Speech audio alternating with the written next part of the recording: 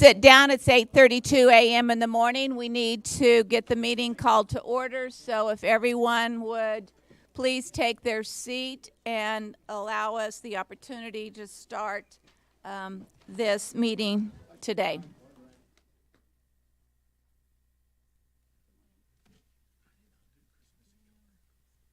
It is 8:32 a.m. on the 13th of December, 2022, and this meeting is officially called to order. We will start with our chaplain prayer and pledges. So please stand, and Gary will come forward and lead us in prayer and pledges.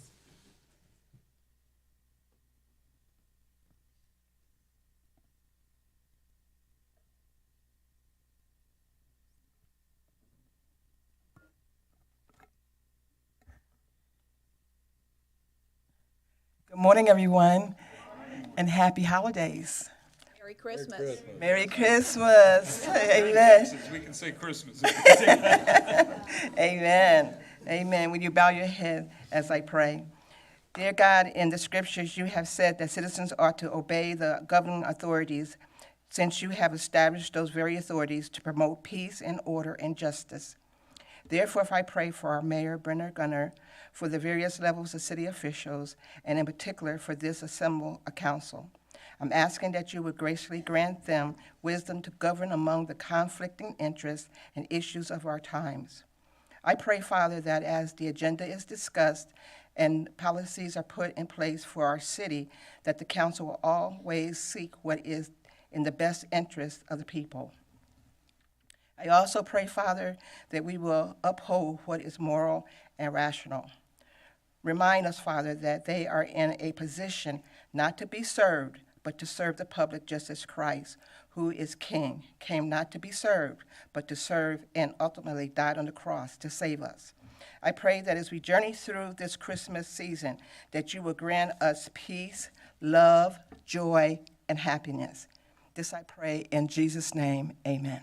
Repeat after me, the pledge. I pledge Allegiance to the flag of the United States of America and to the republic for which it stands, one nation, under God, indivisible, with liberty and justice for all. Honor the Texas flag. I pledge allegiance to thee, Texas, one state, under God, one and indivisible.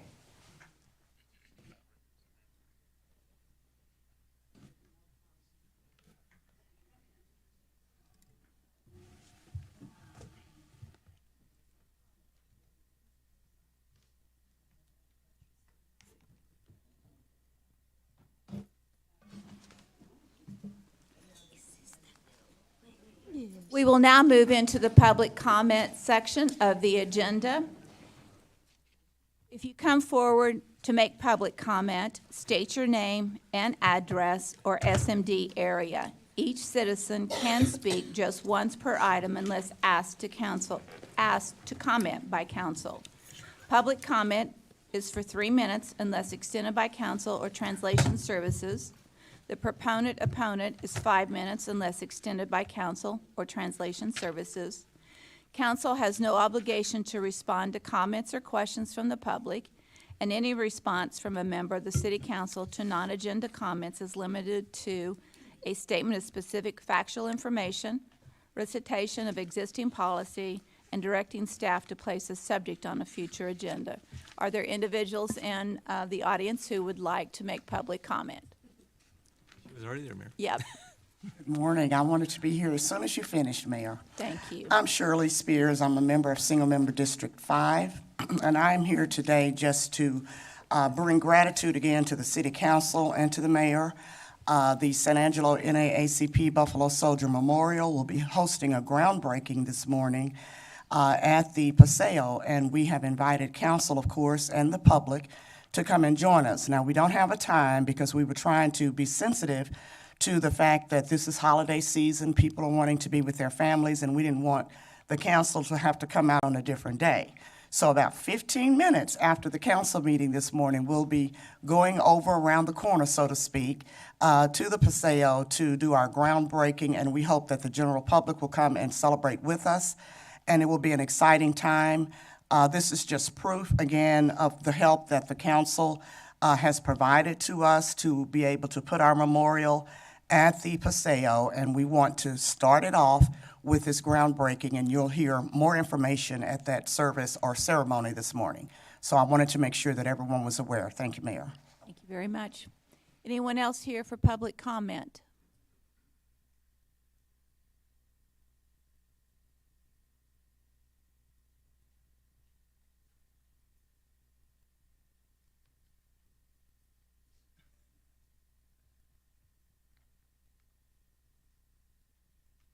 Zane White, District 6.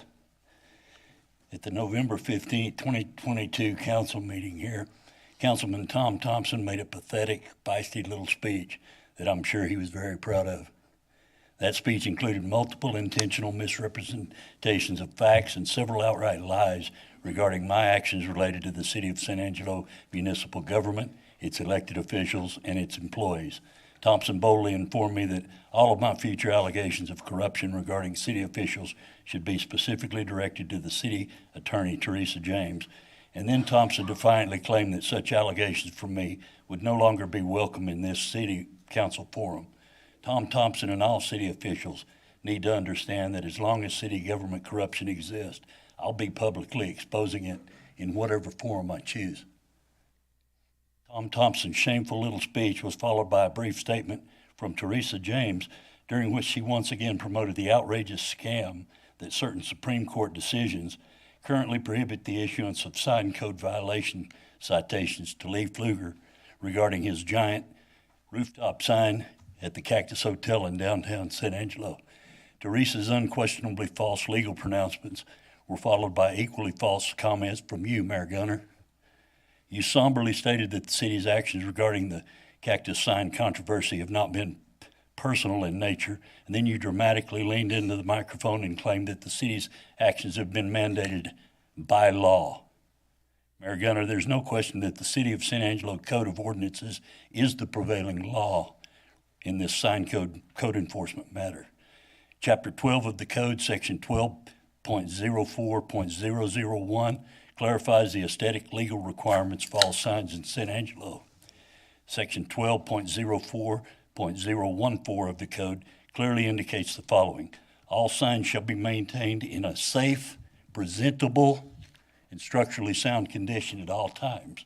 It's a fact that no matter how desperately you people try to spin it, the Hotel Cactus rooftop sign has not been presentable by any reasonable standards since 2005.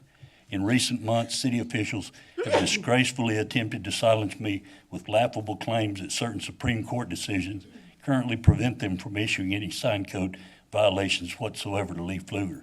The two Supreme Court cases are Reed versus Town of Gilbert and the City of Austin versus Reagan National Advertising of Austin, LLC.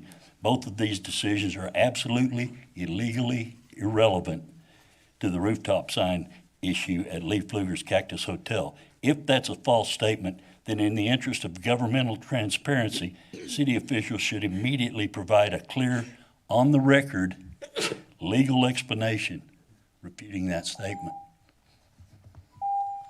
Further public comment? Please come forward.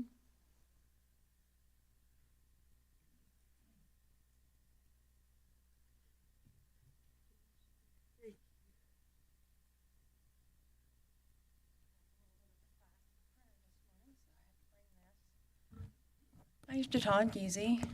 I'm in District 5. Could you state your name again? We couldn't hear it. Jatan Geezy.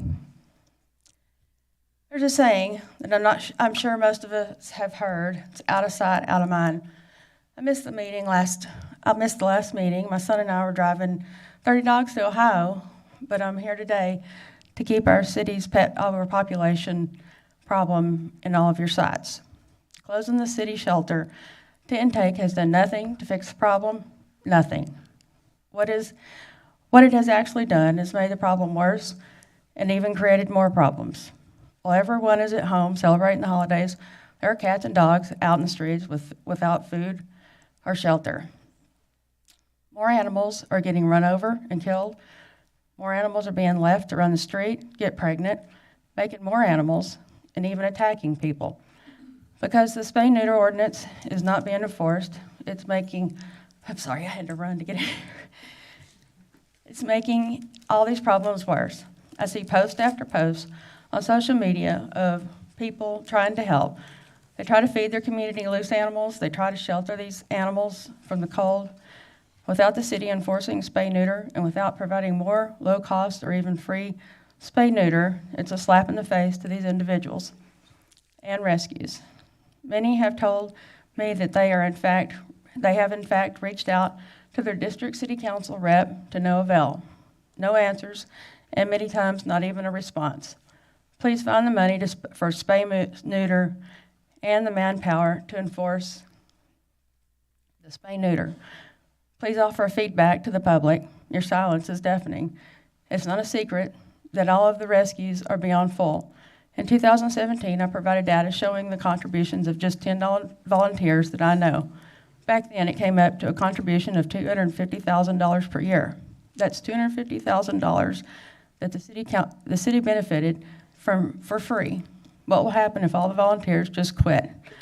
To date, the only thing that the city has accomplished by refusing to take animals in is clearing their name of future animal neglect and abuse charges or hoarding. It's not right, and y'all know it. Thank you. Further public comment?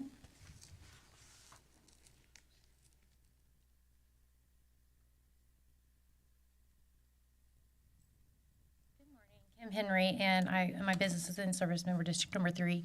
I just wanted to say thank you for the city, Teresa James, John James, a lot of the city members and staff, Patrick, who have helped with accessibility concerns so far. So far, since we have presented in October, we have had the update to the website, including grievance procedures. So I want to make it publicly known that you can file grievance procedures for the ADA and accessibility concerns on the city's website.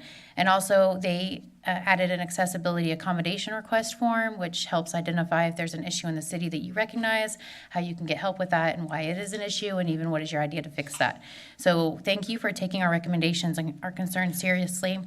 Also excited to hear that in our last meeting, we talked about the progress on the ADA coordinator position, as well as the city committee on people living with disabilities, that we should see substantial progress by January of 2023 and no later than implemented by March of 2023. However, currently, as I'm speaking, there's no closed captions on the city's YouTube channel. So I know this was something that was said to be added, but it's either not working today or this is, again, something that needs to be consistent. There is closed captions if you use YouTube closed captions, but those are historically very inaccurate. So I would recommend to the city to readdress that to make sure those closed captions are there.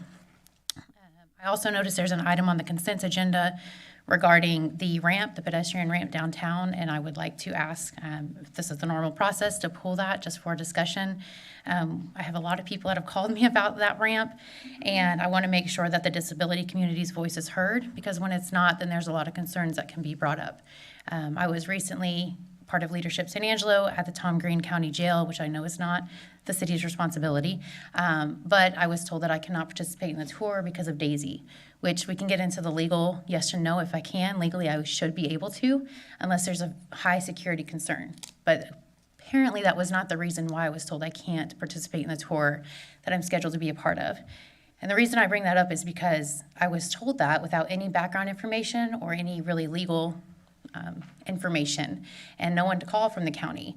So that would be a situation where somebody can call the Department of Justice and make a very valid complaint, and things like that are happening in the city every day. So it's very, very important that the disability community's voice is heard, because there's things like that happening in the city, and I don't want someone to just call the Department of Justice. So I would request that if there's anything that deals with accessibility, like the ramp or the pedestrian sidewalks or walkway, that it's important that the disability community's voice is heard.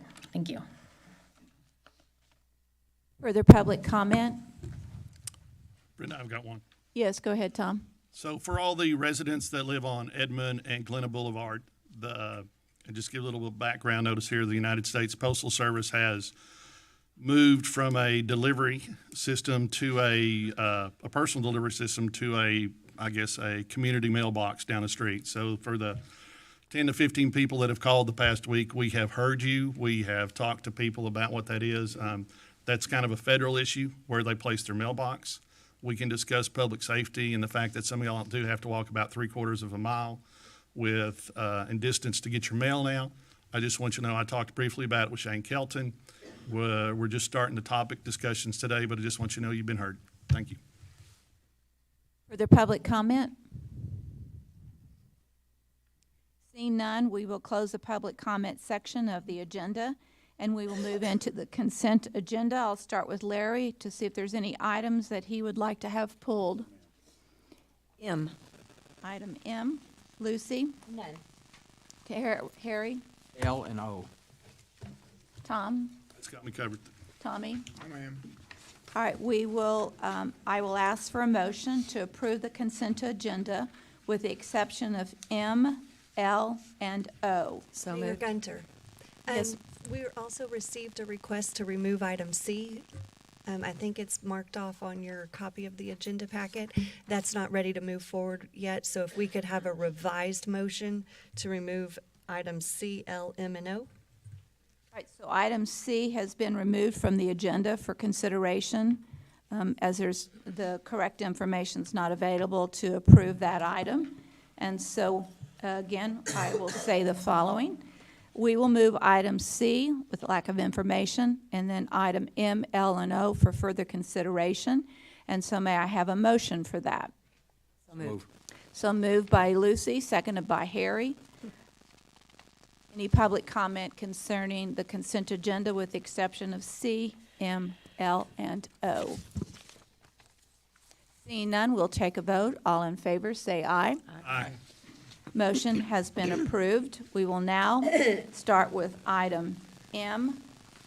Item M is the following. Consider approving change order number 9 and number 10 to ES-03-20 Chadbourne Street Improvements Phase A project contract with Trizac Concrete Incorporated, reducing the current $7,588,971.75 project cost by $83,685.07 and bringing the revised project cost to $7,505,286.68. Shane, you're on. Yes, ma'am. Councilman Miller, or I guess Karen Hesse Smith, what questions, or do you want me to go over the project, or? At the request of Ms. Henry, we pulled this item so that you could elaborate a little bit more on how the actual project is affected by the change. The project, this is just basically, we're moving quantities around. We're reducing quantities and changing quantities within the project itself. And so this is basically due to the quantities of materials, whether that's paint, concrete, those type of things that are a part of the deal. We're actually reducing the actual scope of the project itself and saving the city money by doing so. Always good to save money, but the ramp will be lighted, is that correct? The ramp will be Will what? be lighted, it will have light because it refers to the removal of street lights and installation of new There lights. were too many street lights in the Yes, plant. yeah, So in the it's not original- about lighting the ramp. No, it's not about lighting the ramp itself. When we removed the lights out of the project, there was actually the street lights that were, or the actual signal light intersections, there was actually a light that was already created within that design itself. And so when they ordered the poles, they ordered an extra light pole for the signalized intersection, which we didn't need. So they ordered too many poles. And so we removed that from the contract. Handrails? The handrails are currently being constructed right now, and they should be put up. The very bottom ones on the stair portion of the pedestrian ramp have been installed. I mean, like 30 or 40 feet have been installed, but they're currently under construction right now and are going to be installed moving forward. So, Thank you. Yes, sir. Harry? My final question is, when are we going to be done? I am hoping they had originally talked by the end of this month. With Christmas holidays coming up and the way the weather's been, because they've had to actually The powder coat paint, they've had so much humidity and with the rain that we've had, they've been slowed down on getting the rails powder coated, but I'm hoping by mid-January at this point. We're basically we're waiting on handrails at this point. Everybody's waiting. Yes, sir. Yes, Thank you so I much. promise you, I've been waiting a long time for this too, so. Thank you, Shane. All right, item L, consider amending, You need a motion? you don't want to do them all together? No, we don't. But we can. I'll do them all together. Okay. Sorry, Mayor. Item L, consider amending WU-05-21 Professional Engineering Services of the Upper Colorado Regional Flood Training Technical Consultant with HDR Engineering Incorporated, increasing the contract amount by $104,000 funded by Texas Water Development Board grant, bringing the new contract total of $1,575,200 and authorizing the city manager to negotiate and execute all related documents. Andy, you're on. Morning, Mayor, Council, Andy Vaselio, Assistant Director of Water Utilities. I'm here to answer any questions you may have. I just want to make sure that the public understands that there's no tax dollars, city tax dollars involved in this. When they see $104,000 increase, then we get phone calls. And it doesn't come from sales tax or property tax for the city of San Angelo. Is that correct? That is 100% correct, yes. This whole project is funded by Texas Water Development Board, and so the city of San Angelo is basically just a flow-through entity for the funds coming from Texas Water Development Board to the subcontractor HDR. Thank you. Move to approve it presented. Oh, we're going to do all of them together. I'm sorry. We can go backwards, but we would prefer to go forwards. Item O, consider ratifying an agreement with Encore Electric Delivery LLC in the amount of $324,545.44 for the installation of electrical delivery facilities at the Hickory Well Field expansion site. Shane, you're on again. The question really is, when are we going to be done with the wells and ready to pump? We've been working along this process, moving along fairly well. They're still on schedule, so the wells should be completed by March, April of this next year. And so we're on schedule, so we're moving along. We've already pump tested 2 of the wells, so everything's going good there. So again, the project's moving along quite well. And then from there, we will start. From there, once the wells are drilled, then they will have to tie them in. We have another contract that will come in and start tying all the wells together to bring them into the pump station. Question I get is, since we had a dry year and surface water is at a premium, people want to know that their water is secure. So we're back to the spot where we're able to pump 10 million gallons a day, then I think we can answer that question, so.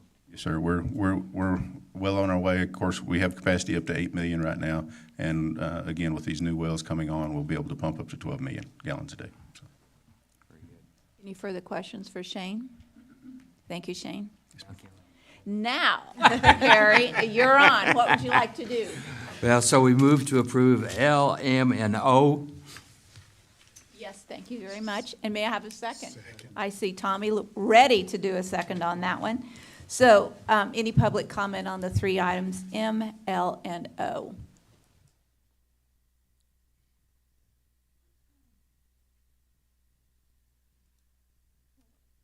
Andrea Souffle, I'm in District 1. Okay, so today I'm representing myself, not any group that I'm affiliated with.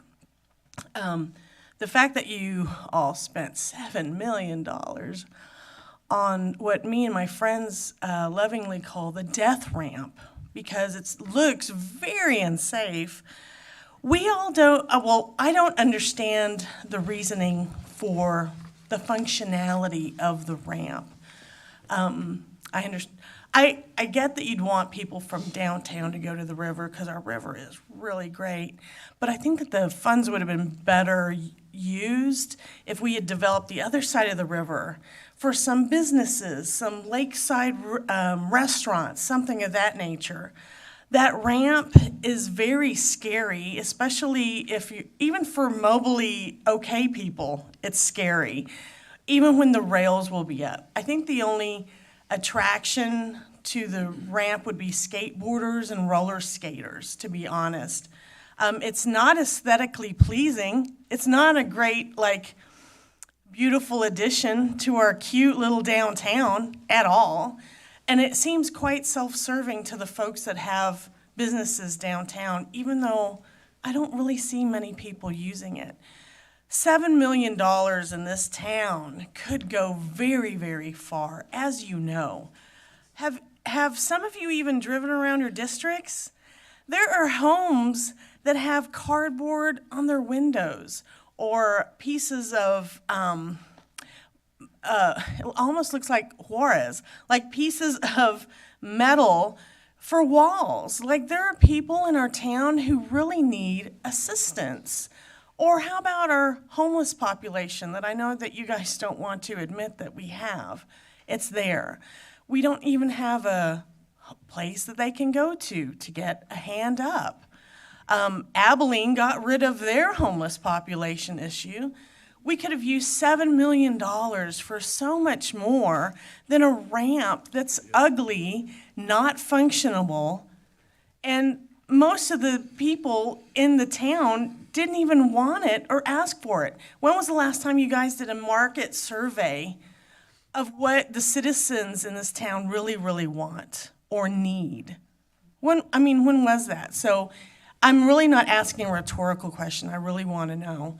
I think even if you had a town hall about this, it seemed like it happened under the rug, because all the people I've talked to about it have no idea why it was built, and they had no idea how much money had been spent. And it's a gross misuse of funds. Any further public comment? There's Shane standing out there, and I don't think Well, he. first of all, the $7,000,005 is not for the ramp. So the total project cost was $7.5 million. It was not $7.5 million for the ramp. And that ramp was required by the grant that we received from TxDOT. So that was a key portion of what that grant required. Shane, you want to add any further comment? Yes, sir. That grant covered that portions of those costs, so it wasn't necessarily city funds that were spent on that, as the grant covered those and was required as a component of that grant application, the connectivity. Correct. There you go. And Thank so you, we Rick. would call a public survey of that a CIP, when people can contribute to the CIP suggestions, which they do every year. Correct, sir. I would also add, Mayor, that we had several public forums on that design for the Chadburn project, which included the entire design. And so we had several of those held, encouraging people to come. Unfortunately, a lot of people don't come, but we advertised that, we put it out constantly, and we had those forums. All right, with that, any further public comment on items L, M, and O? Hello, Kim Henry again with number 3. I understand that, one, it was used, some of that money was grant money, but both Andre and I actually write grants, including federal grants. And so we understand the concept behind that, and that you have to submit a design and the reasoning behind it. So if you just consider the money that we used for the grant, for the ramp, and that's it, yes, I understand the whole project's $7 million, but I believe it was $1 million for the ramp. That $1 million could have solved so many accessibility concerns throughout the city, and not just in one spot. That, again, I have asked others if they want to go down the ramp or up the ramp, and nobody wants to. I cannot ask somebody to use their wheelchair to go up or down that ramp. I would like to ask one of you to do that. That's how scary it is that we're not even comfortable asking people to use the ramp. And as far as it being communicated and people not showing up, I agree. I know people don't show up. However, when you don't believe that there's nobody in the city that uses wheelchairs, or there's nobody here that has a disability, people aren't comfortable showing up. And not only that, but you have to go to them at times. So how accessible is this meeting? How accessible were some of those meetings? People aren't comfortable just coming and showing up. So it's not that people don't care, and that's not why they didn't show up. It's just that people don't feel concerned about if you're living with disabilities in this community, which is why we have brought on this project and concerns.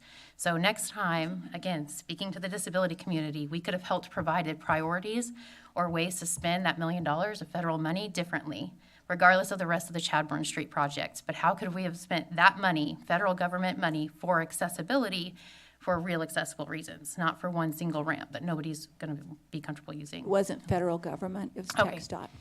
It was TxDOT. Okay, I'm sorry, We didn't have an TxDOT. option. So when we worked with the project with TxDOT, one of the components was connectivity, and one of those was connecting to the river, which connected Chadbourne. So we didn't have a lot of flexibility to it wasn't money that was allocated for ADA generically, and we could put it wherever. So it was specifically associated to this project, and those dollars then keyed on getting the full component of the dollars. Those were reviewed by TxDOT. Those are all approved by TxDOT as far as accessibility standards and so forth. The ramp's not complete. We also held those meetings here in accessible location. We've encouraged those meetings even with our sidewalk meetings that we had. So I think there are a lot of staff who care about that and want to get us to that level, and this is an effort. So I think, give it a chance to see where the ramp goes once it's complete and how that can be aesthetically pleasing in the area, as well as helping. Our first choice was to put in an elevator, but we could not afford that. So maybe the next one will be. Right, and thank you for sharing that. I think that, I've heard from probably about 40 or 45 people who use wheelchairs or other accessibility devices. They all said the exact same thing. Why couldn't they have spread it out more and it be a bigger, longer ramp so the incline isn't as high? So that would have been the design that would have been different and better and still reach the same purpose, which is that connectivity issue. Having less of an incline as well as having a flat surface, so it's not just a consistent incline, but you have a flat surface to land on. That's comfortable. Y'all, and there's one envisioned as we look to the future, coming off of maybe along the Oak side from Chadbourne, from Concho as well, which is envisioned as a long, more sloped one that actually incorporates that into a landscape that, in my opinion, feels more natural. So as we get into that design, which may be in the near future, we'll see. We'll make sure y'all are included in that discussion. Thank you. Thank you very much. Any further public comment? Seeing none, we'll take a vote. All those in favor of approving items L, M, and O, say yes. Aye. Any opposed? Seeing none opposed, consent agendas M, L, and O have been approved with 7-0 vote. We will now move into the regular agenda. An update and discussion regarding the Charter Review Committee's progress on evaluating Section 60.64, Chief of Police of the City Charter.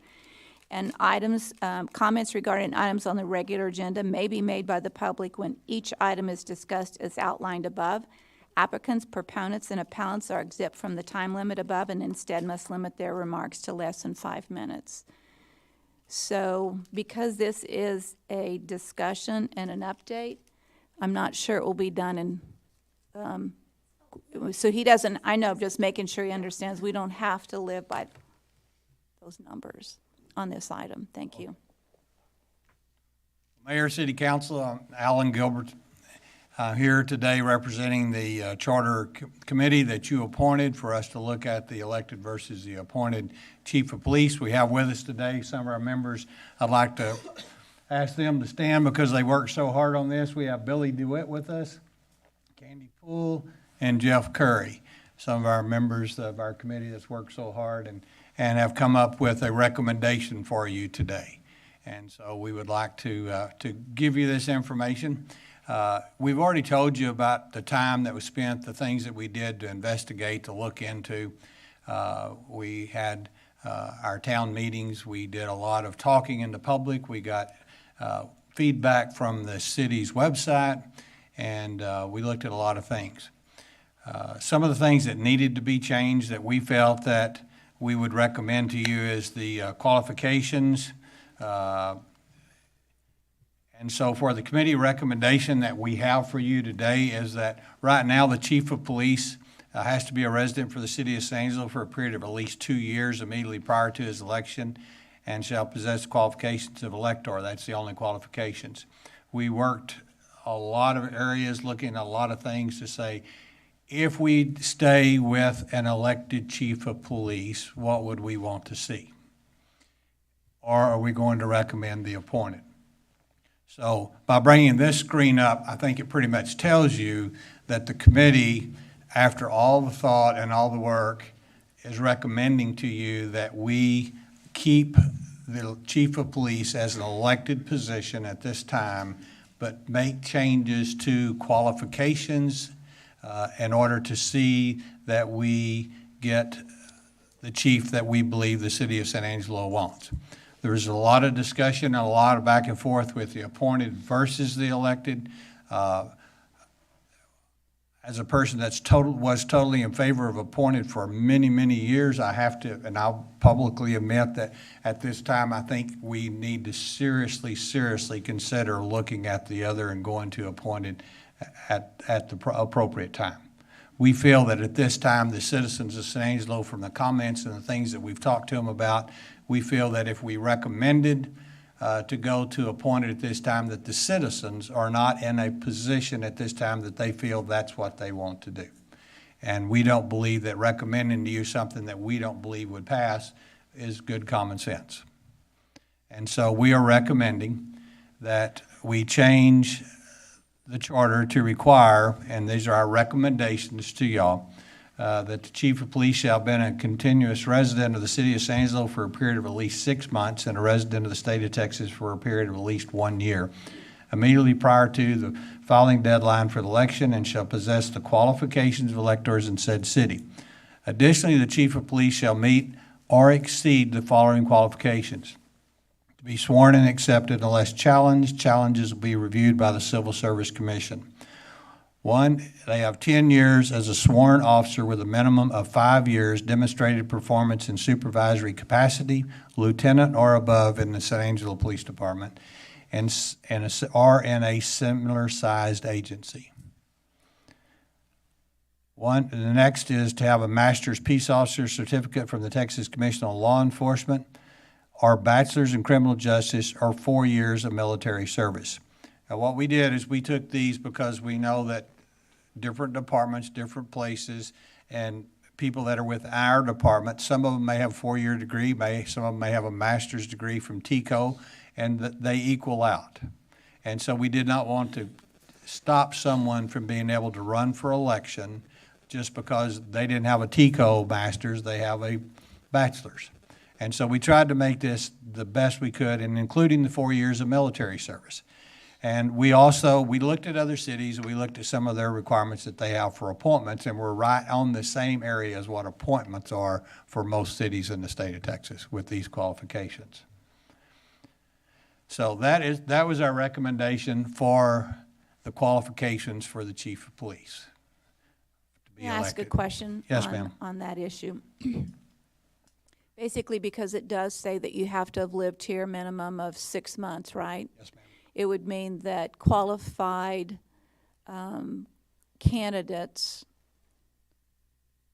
would not be allowed to run for office, even if they met all those other conditions, because they haven't lived here, which the issue would be if you had an appointed police chief, you would have the ability for people outside our city to, in fact, put their name in a hat and run. Yes. We had, to be clear. We had those discussions, but we did lower it down to 6 months instead of, and some of that is because if, let's say we had a deputy sheriff that lived outside Tom Green County, but they met all these qualifications, but if they knew they wanted to run and they moved into the city for 6 months, then they could present themselves as eligible to run. You know, that's about as close as we can get it to having options. And of course, we have a lot, these qualifications that we gave you right here, and correct me if I'm wrong, and be on the committee, I believe Chief Howard's here, that we have 63 police officers in our department that meet these qualifications, somewhere in that area. So it's not that anybody's being cut out. But yes, the time of being in the city, we did recommend that you cut that to 6 months. Okay. Any other questions on that? Any other questions from council? I like the Go qualification ahead, Larry. you've put in here. One thing that folks have been concerned about is the fact that you could have an 18-year-old being the chief of police. But what you've got in your list there indicates a person at minimum would be 28 to 30 years old. I think folks have been concerned about having a qualification that at least describes a person who has lived in the world and has education that merits him being chief of police, so I like that. But the bottom line in this whole thing is the city is going to get the vote on this. Yes. And whether they go one way or the other, the city is in the best democratic aspects of, they are going to have their say. Yes. So I know there's people out there that they've even accused some people of being communists. Okay, that's fine, that's their opinion.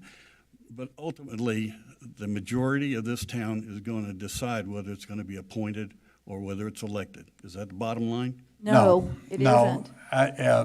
We Absolutely not. And Teresa, here's what it's going to be, because you're not allowed to do Either or. either or. So that's why we're recommending to you that we stay with the elected chief with these changes and qualifications. It's a yes or no vote on what is presented and what they're So presenting. if we It's not a choice. Yes, if we present this with this on the ballot, it's yes or no. Yeah, but the no effectively says that they don't want. The no just keeps it as elected as it is. So it'd be 18 years and 2 Be years. 18 years old, yes. And you are correct. We didn't put an age in there because you cannot accomplish this and be 18 years old. So you're right, you're going to be probably 20, 28 years old minimum, very minimum, if something like that. So, any other questions on that part? Questions, comments? Okay. Thanks, sir. Okay. Our other change that we're proposing is it says term of office Chief San Angelo shall be for 4 years. We would like to make a recommendation to the council that we look at this and that along with serving for 4 years or until the successor is elected and qualified, unless sooner removed from office by death, resignation, or recall, to align terms of the chief of police with single-member districts 1, 3, and 5. The term of the election to be held in May of 2024 will be a term for 3 years, with all following elections to be a term of 4 years. Now, to answer the question why, is right now we have the chief of police set off separately, and it's a separate cost to do that election. We spent roughly $68,000 in special elections, so this would now time the chief of police race up with the council races, so you don't have to spend that extra money in order to do that. So we're recommending that you do that, along with the rest of our recommendation. If the chief of police ceases to be a resident of the city or is found to have violated state or federal law, they shall be deemed to have automatically resigned from office. We do not have any provisions in our current charter that allows for, if certain things happen with our chief, that any type of disciplinary actions can take place. This would provide some safety to the city that if things were not to be good and they violate laws, things of this nature, that it could be a resignation from their position. Well, you say resignation, so the question mark is they choose to resign or we choose to have them resign? I mean, I think you kind of got to get specific about that. I'm going to let Teresa talk on that point. It says it's deemed to have automatically resigned, so as soon as that finding happens, they're no longer the chief of police because they're going to be determined to have resigned their position through that action. And one of the reasons for doing this is because, let's say currently, if there was violations, the only way to remove somebody from the police chief position would be by getting signatures on a recall. Is that correct? So there's no other option? There's a recall, or you can go to district court and you can file to have them removed from office depending upon what has occurred. Okay. Harry, did you want to make a comment? Just a question here. It says found to have violated state or federal law. Doesn't say anything about city ordinances. Is there a reason that that's not in there? Well, because city ordinances include things like traffic violations, and we're all Class C misdemeanors, and we don't believe that a Class C misdemeanor is high enough of a criminal charge to remove a chief of police from office. The state and federal laws that we're referring to are, of course, criminal statutes, penal code statutes, as well as things like sexual harassment, age discrimination, and those sorts of things that can occur that right now, if they were occurring, we'd have no ability to remove the person from office. And I think that's the good decision to keep it at that point. So if someone has been, so you're saying that until they have found guilty, they would still remain in office. So they would have to go through the process of going to court, them being found guilty before the resignation would occur. Well, yes, ma'am. We live on a standard of you're innocent until proven guilty. Just making sure everybody Yes. understands we're not trying to. We've got to make sure that everyone is innocent until proven guilty. Correct. Now, there can possibly be some contact with TCO that could perhaps suspend someone's license if certain things occur, but we could go into all these different scenarios, which we have looked at a lot of these different scenarios, that TCO could actually pull their license as a certified peace officer. But then we come up with the question of, well, do they even really have to have a license to be our chief of police because it's under home rule and under city charter? And those questions all start coming out. And that's where we get into this problem of being elected and the only one in the state that there's no state law that authorizes elected chief of police in the state of Texas. There's just not one. So the city of San Angelo is the only city in the state of Texas that elects their police chief. Yes, ma'am, as far as we can find, and we've tried to turn over everything we can turn over. And as far as we can find, that's correct. There used to be, I can remember in the 70s, there was probably close to 20, but it did this, and then very quickly they just all went away whenever a lot of the civil aspects started coming out. Lucy? Good question, Judge. What is the reason that they kind of just dwindled down to just us being left on the board? What was the reason that they chose to go appointed? Well, we talked to several different places, and a lot of it was to get the politics out of the police department. In fact, everybody I talked to said that's the major reason, is because the departments every 2 years or every 4 years became total turmoil whenever it came election time. And especially in the small cities, when you've got 30 police officers and you got 2 people running, they said it was very destructive. Yes, Tom? So, Judge, we get to a question. This is maybe to Teresa, too. There's a question of legal and not legal, which is pretty defined by state law or federal law, whatever it is. But now my question is, there's a question of ethics here, and ethics is a gray area. We have questions about if somebody did something and took something and other people have some influence over them and maybe gave them gifts or things or presented opportunities to them that they can take, while those is not legal or illegal. To me, those things are unethical. Right. And so this totally removes any judgment against unethical behavior. I mean, that's strictly subjective. So correct me if I'm wrong, but if somebody was to get tickets to a concert or to find opportunities for those, that's still not breaking the law. I mean, it's still not grounds for dismissal, correct? Well, it could be breaking the law depending on the conditions that they receive those things, but until it's determined that it is breaking the law, that it would not, that kind of what we consider an ethical violation and things we just don't do because we shouldn't do it, would not remove them from office, no. That would go back to the state or the federal system would have to bring charges against them.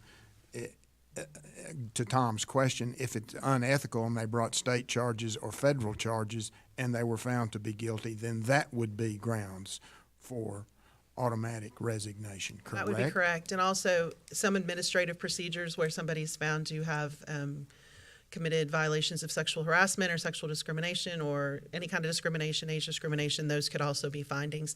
I think that if I were city attorney and this were to happen, which hope it would never happen, that I would actually want the Civil Service Commission to take a look at what was done to make sure that they're on board with the removal of the chief as well, so that it's not this body who's doing it, but rather the Civil Service Commission who has more control over meet and confer, even though that's not, or over civil service, even though that's not, something statutorily they do, it is kind of their role. Well, I mean, we're making a decision that affects people many years past we're all gone. And so my question is, what do you put future councils and cities in fear of, or just, kind of worrying about how it happens? But to me, there's a question of, as far as ethical and conflicts of interest, that, somebody could have 2 or 3 different other jobs, side hustles, whatever it is. And when it comes down to a point of this in future generations, and elected, it's a lot to manage going forward. But I just wanted to make sure the question of ethics here does not fall within what we're looking. It's legal. It's black and white. It's a finding by some administrative or judicial body. So there's no definition of what conflict of interest is? There is a definition of conflict of interest, and we all are subject to that, and there are certain things that you can do to violate conflict of interest laws, like taking gifts and not reporting them, for instance, that can constitute a violation under state law. Those things would be included here, but there are always those gray areas where, I got invited to a concert and, there were other people there and the vendor stayed with me. Well, technically under the bribery laws, that's still allowed, but it's something that is discouraged and we probably shouldn't do. So those gray areas would not be covered. The only way to address those issues is through an appointed chief. This is infinitely better than what we have now, where the sexual harassment, age discrimination, those things, there's nothing this body can do except maybe counsel the person. But those kinds of conditions would be allowed to remain in a police department under a chief who is engaging in those kinds of behaviors under the rules we have now. This at least gives some standard by which if there's a decision made or a finding made, that constitutes a removal.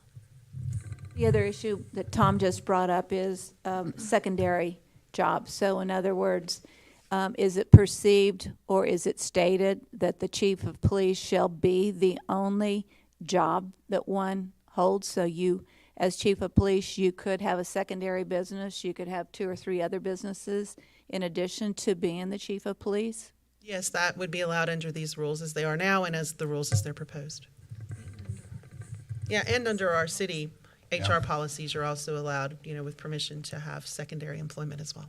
And we've got that difference because of an elected official versus an appointed. So what you can actually do, you're going to be still limited, but this is, at least we have something in here now to work with for this purpose. Because ethically, with law enforcement, they have their law enforcement ethical that they have to go by. But whether or not how they can act upon an elected official, it falls under the same statutories, which will be the sheriffs. But sheriffs have a state statutory.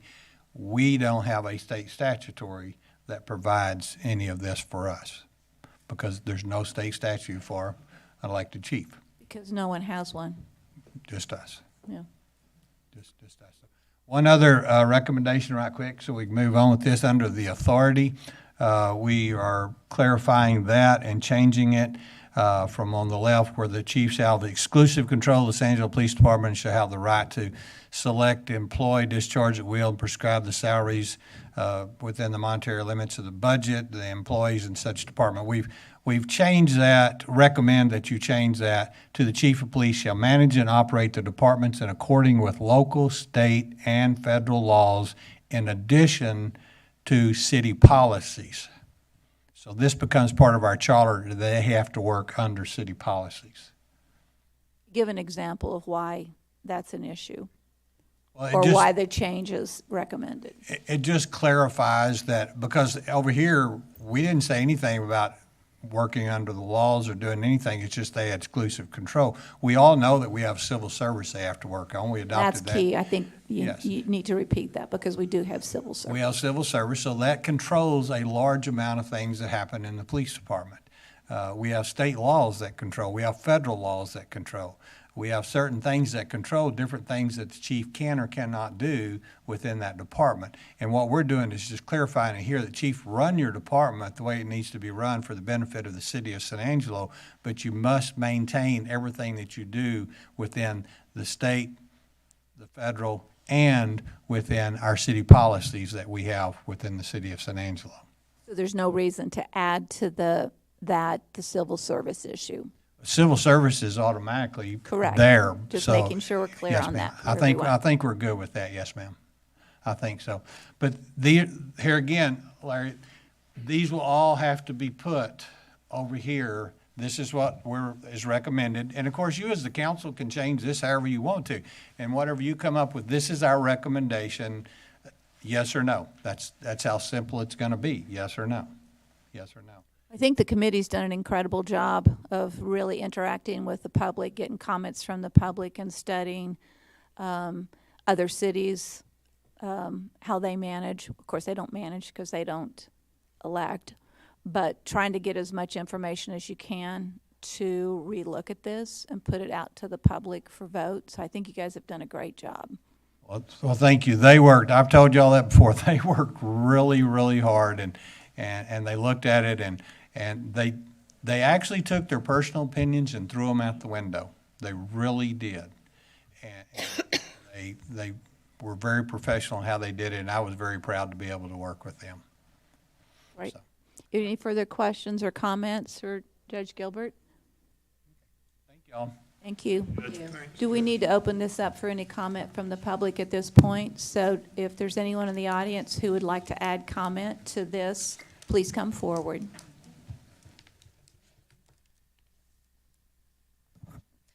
Todd Geezy, District 5. Just food for thought. President of the United States has to be 35 and 14 years in the United States. That's it. And putting more stipulations on the qualified personnel, I think just leaves room for down the road. Not y'all, maybe other city council. They put a new restriction, another new restriction. And y'all talk about not wanting to give, I guess, the authority, the exclusive authority for his, over his department. Y'all are elected, and y'all have authority to do things. Y'all vote, but I just think putting more restrictions, the public is smart enough to vet those people out. And when they run, I think putting them with the rest of the elections is a good idea, so people are more in the mode and they'll look at it more. But more government involved in narrowing the path and also allowing other people to come in. I don't know how that would work. I mean, we had the school district, people come in from outside, and that didn't work out very well. But that's just food for thought. Mayor, I'd like to Yes, please. clarify that any of the qualifications that are adopted by the election, those could not be changed by future councils without going to another election. So you could not City add to charter those. issue, this isn't a Yes. council. And then the second thing is that, removing the exclusive control of the police department. The citizens actually did that when they elected or voted on civil service and made us a civil service city. Civil service covers employment, selection, discharge, promotion. I mean, vast areas of authority under the police department. So we're just cleaning up language basically there to say that there's not exclusive control, because we've already had an election that said they didn't have it, and that's what the local, state, and federal laws, in addition to city policies, is intended to do. Okay, thank you. You need to come forward if you're going to speak.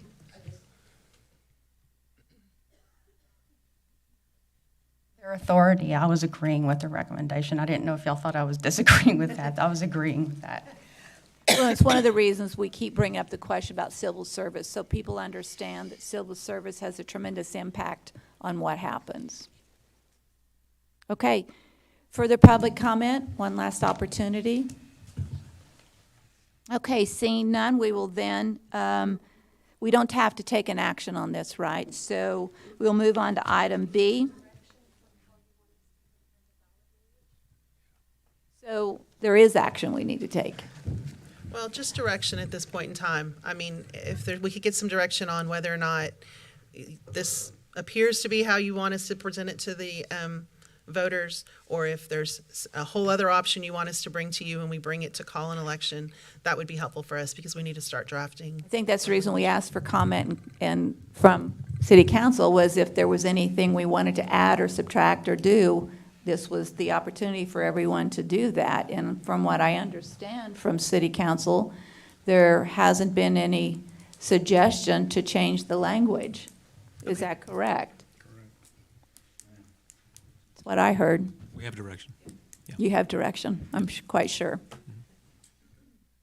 Okay, moving on to item B, consider approving a policy to address repeat open records requesters to provide a reasonable limit on the amount of time spent on public information requests submitted by vexatious requesters. Vexatious. That's a good word. How long did it take you to find that word in the dictionary? Well, it's from the state, so we're just adopting their language. All right. Okay. All right, you're on, Julia. Okay, so I've prepared some slides for you guys today. As you can see from this slide, in 2018, we really thought we were buried with PIRs. And at that point, we had received just 418 in that fiscal year. We've now seen a 40% increase in PIRs that are routed through the city clerk's office. So these numbers were gathered on the 6th of this month, so they're a week out of date now. Right now, we're actually at 573 PIRs year to date, and our projected year-end count will be 604. So that's actually around a 44% increase. Is that our calendar year or the fiscal year? This one is actually, this count is going to be calendar year. In 2018, we were counting by calendar year, and then the state law actually requires us to count by fiscal year. So all the numbers presented in this slideshow will be actually fiscal year, which is just the last 2 months. Okay. So just to note, the police department, they keep their PIRs separately. We use the same system, but there's 2 different sides, and I don't have access to that. So what I'm reporting on are the city side numbers only, so just for some context. Okay. So this year, since October 1st, we've had 83 unique requesters seeking information from the city side. We're using the term requester because anyone can request information from us. Doesn't have to be a citizen, doesn't have to be a taxpayer, doesn't have to be an individual. It can be a business from out of state or anyone really. So out of those requesters, 73 people requested just one request for information, and that left the remaining 10 requesters submitting on average 3.9 PIRs apiece. 3.9 or 39? Well, 39 total, so 3.9 Per on person. average per person.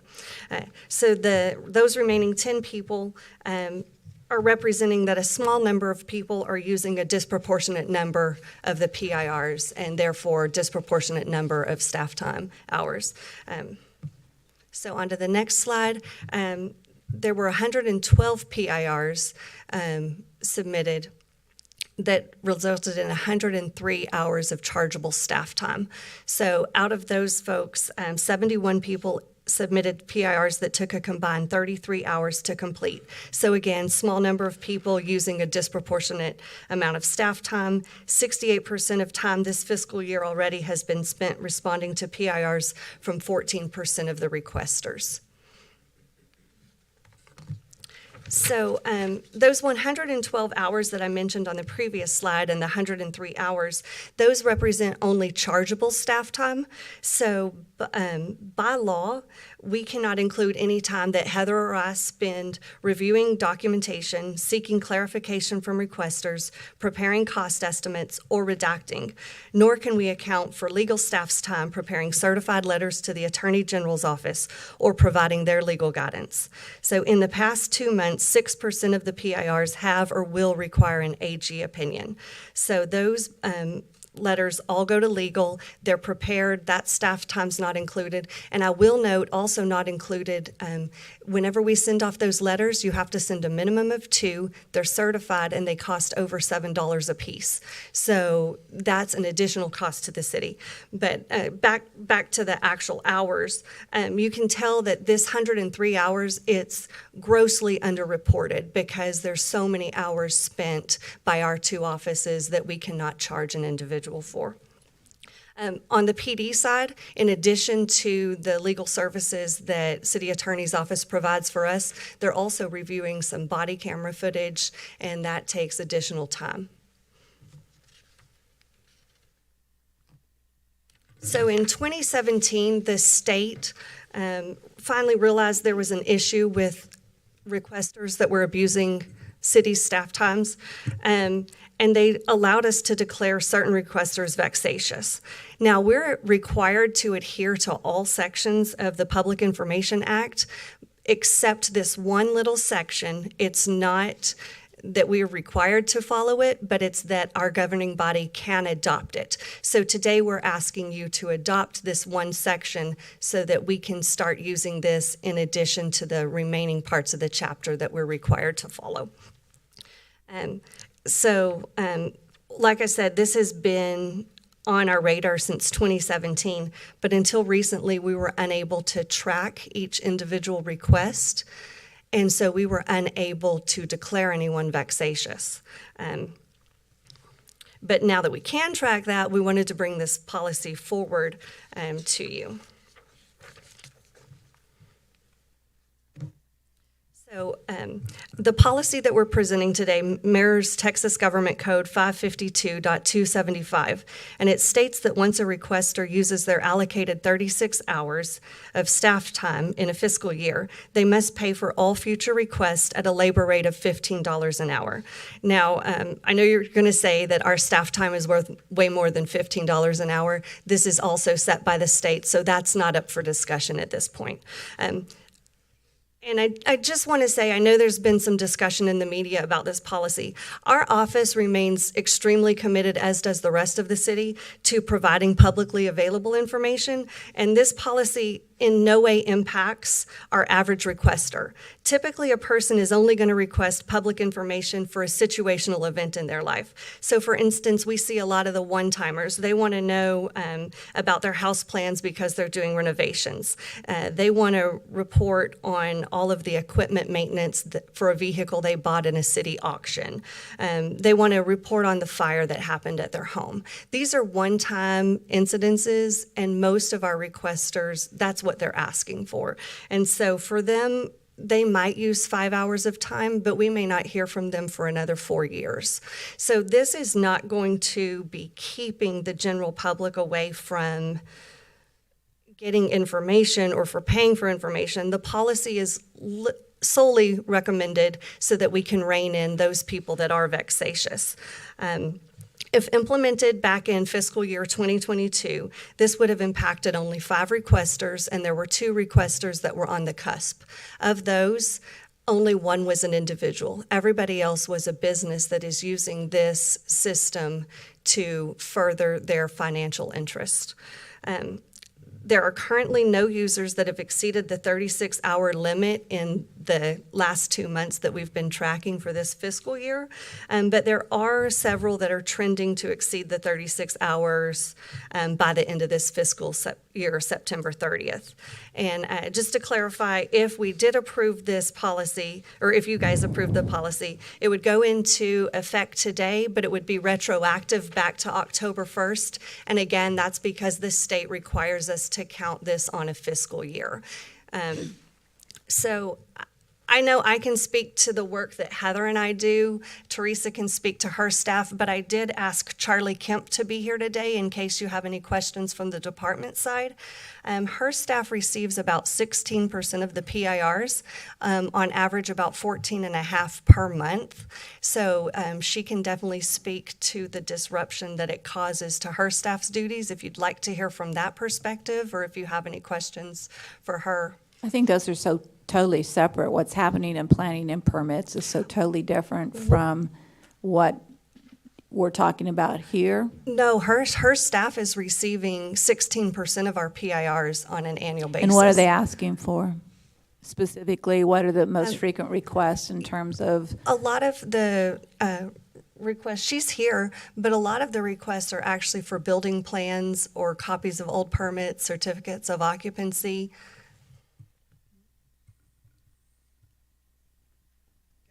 Charlie Kemp, voting official. A lot of the PIRs we get are like, they want building plans, whether it's residential or commercial.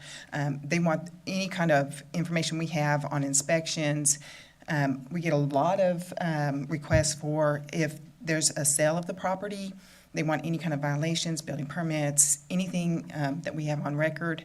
And that's going to, we're going to archives, we're pulling plans. If those plans are stamped, we're reaching out to the design professional, asking if they'll release those plans so we can turn those in, or turn those over to the requester. If not, then that's when we do reach out to city clerk to contact the AG's office. And those are some of the requests we receive in regards to the PIRs.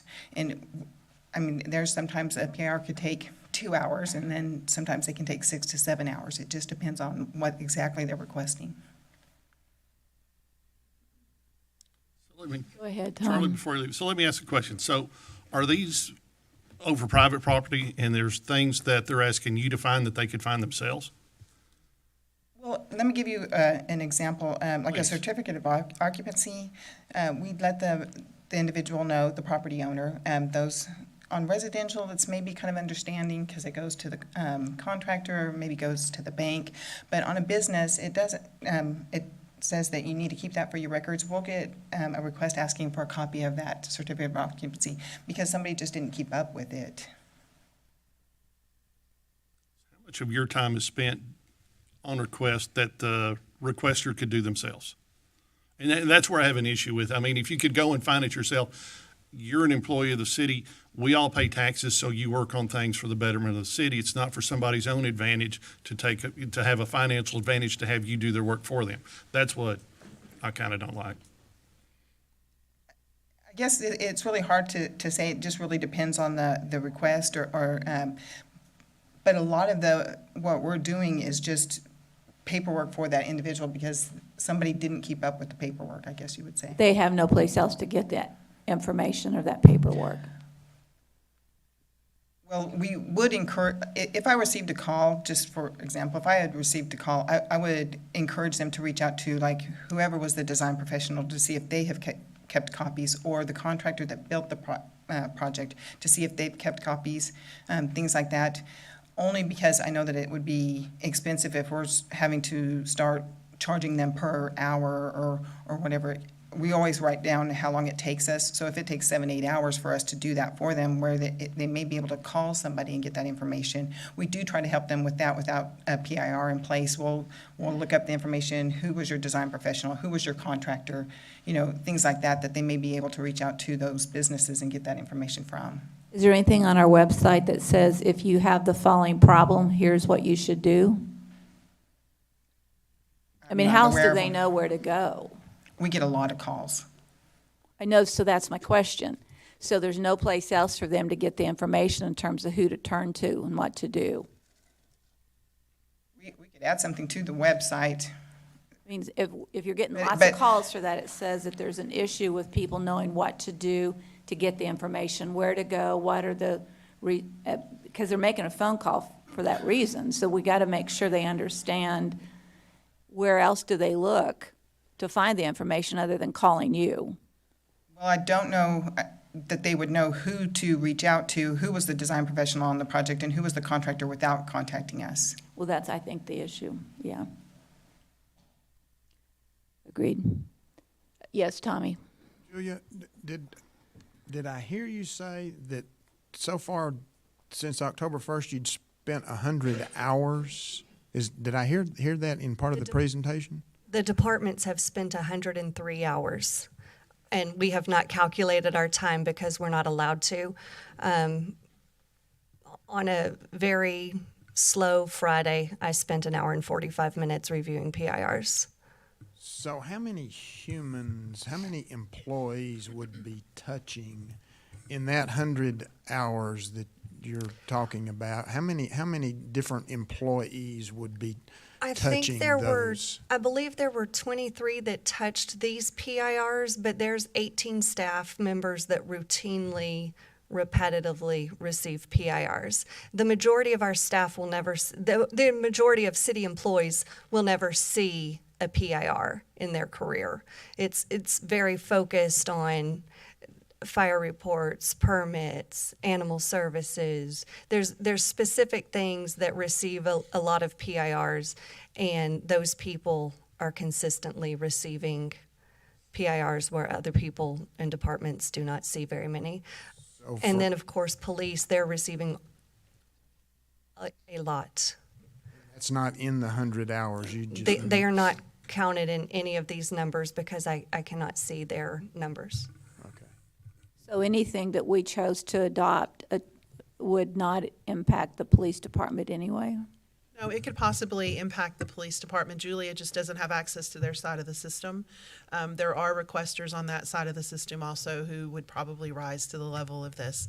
And just for an example, when I came to the city of San Angelo 7.5 years ago, I had one of my paralegals who part of her job responsibilities was doing public information, and then one of the attorneys would write the letters, and it didn't take very much time at all.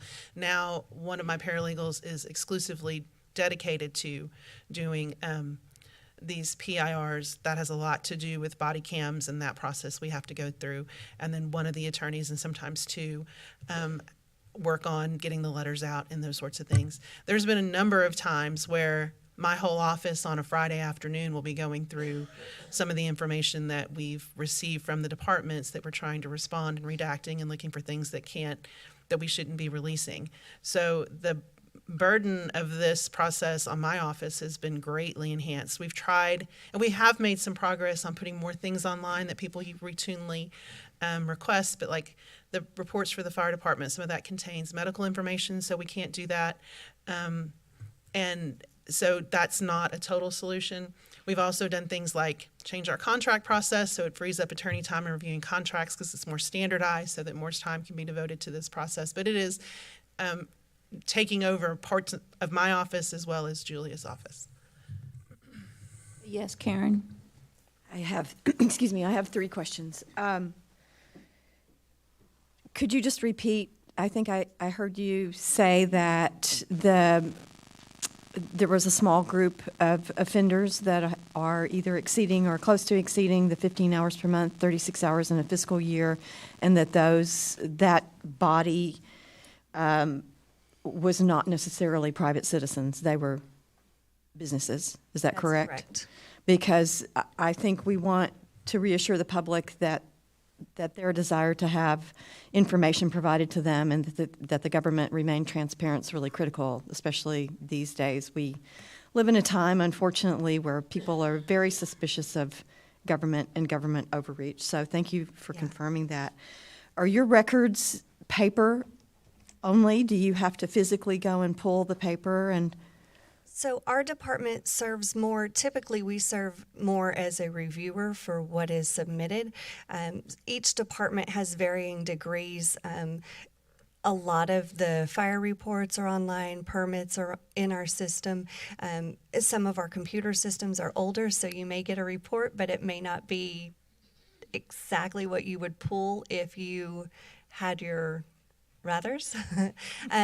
But a lot of our files are scanned, and so we're seeing that a lot of people are just able to attach a file, but it doesn't cut down on the time for records that are older. When we get searches that are, I want to see all certificates of occupancy since 2011, or things of that nature. You may not have documents that far back that have been scanned in, but as a general rule, the city departments are scanning more and more of their documents, and more of our work processes are just done online now, with it being the age of the internet. And, most things are electronic these days. Final question. Have you noticed any particular pattern in the types of requests that you're getting in this period of time between 2017 and today? Is there a topical thread that? We get a lot. I kind of pulled the folks that would have been vexatious for 2022 had we had this policy in place. Zoning due diligence, solar panel research, permits for so that you can give somebody an insurance discount if you've recently repaired your roof. So it's insurance companies reaching out to individuals saying you've done a repair on your roof, you might be eligible for a discount. Investment properties, real estate due diligence, and property surveys. Thank you. I have a question Go ahead, Larry. about the limits. It seems to me what you're describing is a certain number of these will be accepted during a period of time, and then after that, what do people do, I guess is my question. You still have the ability to receive the documentation, you just have to pay for it. So this policy just says that once you reach that 36-hour a year threshold, then you're responsible for paying $15 an hour. And some of these larger companies are probably going to do it. This is just the one thing that we have as a possible lever to help control our workload. So we're just asking that we can adopt it, see if it works. It may not. How many of the requests, the PIRs that you have gotten, do you think would not have existed if you said, well, we're going to charge you the $15 an hour for what could be up to another 10 hours worth of work? I mean, at what point does establishing this change the request? It's hard to say. Sometimes we'll get a request that's voluminous and we will give a cost estimate for anything over 3 hours. We like to give a cost estimate for so that we can try to recoup some of the city's cost of labor. And so sometimes we never hear from that person again and it's considered withdrawn. Many times people will say, what if I was able to reconfigure my request so that it was just for this information? This is what I'm really seeking. So we do see that at times that does help, but then sometimes you may have a larger company and they're just going to send you a check for $700 and ask you to do the work anyways. So it's really a mixed bag. So you don't believe that this policy change will change the number of requests you get? What this policy does do is increase the expense of the request, but not changing. I think it will cut down on some requests, but there's no way to know for sure. I guess my concern is a private citizen. I have no problems with this in terms of corporations but the private citizen, if he gets in there last in line, he's getting charged for it, which I'm not sure that's equitable. No. Each individual has 36 hours. No, Okay. They'll be fine. And just to touch on that, we would love to say if you're making a profit off of our information, we're going to definitely charge you every time. The state does not allow us to do that. We cannot differentiate between an individual or a corporation. So this is just a policy that would impact everybody because it has to. And that's why we weren't able to adopt this in 2017. We did not have a way for our software to count this, and the state specifically says you must be able to record the amount of time used for each PIR for each individual before you can deem anyone vexatious. So that's why it's taken us this long to get to this point. Otherwise, we would have brought it forth in 2017 because we did have issues then, but PIRs have been growing exponentially since. Further questions? Yes. I just want to make sure that I'm clear on something, or making sure everybody's clear on something. If these numbers continue going up, we don't do anything about it, at some point, we'll need more staffing to assist with this, which is unfair to the citizens that are vexatious. They're just requesting their normal items. It's not for citizens to be paying for this extra staff. Now, if we implement something like this extra money's coming in, and we still have a high number, at least the money that's coming in will help pay for that extra staff. So those vexatious individuals actually end up paying for it. I just want to make sure I made that clear. So if you take a look at 2022, and this policy would have been in effect, how much additional revenue would have been received? From my calculations from the city side, it would have been around $5,000. So it's not going to pay for an entire individual, but it does make steps in the right direction. And PD will be, if this policy is approved, PD will be doing it as well. Their letters also indicate the time spent per request and overall for the fiscal year. So if we adopt it, PD will adopt it as well so that there'll be revenue from their side as well. And they do have, I believe, a much larger issue than we do. I just wonder if changing a policy that would in fact simply raise $5,000. If it was a policy that would impact financially a $30,000 issue, it would seem to make more sense to, in fact, change policy. I'm just not sure changing policy for $5,000 makes sense. If it's additional, a lot more money than that, and it's really costing the city a whole lot more, then I'm a little more interested in it. But if it's a $5,000 issue, I don't know. Somebody else would have I to think you're chime looking in at on it that. as the amount of revenue that would be raised, but the amount that it would save in staff time would far exceed the $5,000. But do you think that this will reduce the requests? Because that's what you're saying, is if we do this, That the is number our of hope. requests will diminish, and if that diminishes, then it requires less time from staff. I think here's my point on this. We hope that it works. If it doesn't work, I think you need to be prepared in the next budget cycle to be adding somebody to permits department, to be adding somebody to my office, possibly to legal, possibly to fire, to PD. It's a big issue. I may not have stated it clearly enough, but PIRs are a big issue. If we can do anything to possibly limit them, I think we should give it a shot. I don't know if it will work, but not doing anything is not going to work. Yes, sir, Tom? I think what we're going here, it's the repeat people that do it constantly. I can take the requests that I've gotten and I can know if somebody says, hey, there's a PR coming, I know it's one of two people. And it's never changed anything in the amount of time of y'all have spent on it. But I'm kind of like Brenda. Everybody deserves a chance for a PR. I mean, if your kid gets thrown in jail or something happens, that's not the people we're targeting with this. It's the person that knows that it doesn't cost him anything or her can go in and throw 5 of them up within a calendar of a quarter. And it takes a lot of time and to this point has not caused any problem. So, Mayor, I'm in favor of going with it, but I really see your point of, it doesn't generate funds, but I think it's a preventative, and we all get the same ones from the same people over and over and over, and it's never. I agree with Larry, you. Larry, would you like to speak? Yes, ma'am. Thank you. Thank you. As we've stated already, it's not to generate revenue, but it's applying a penalty for those people who choose to do this. So it could have some impact on the vexatious requesters.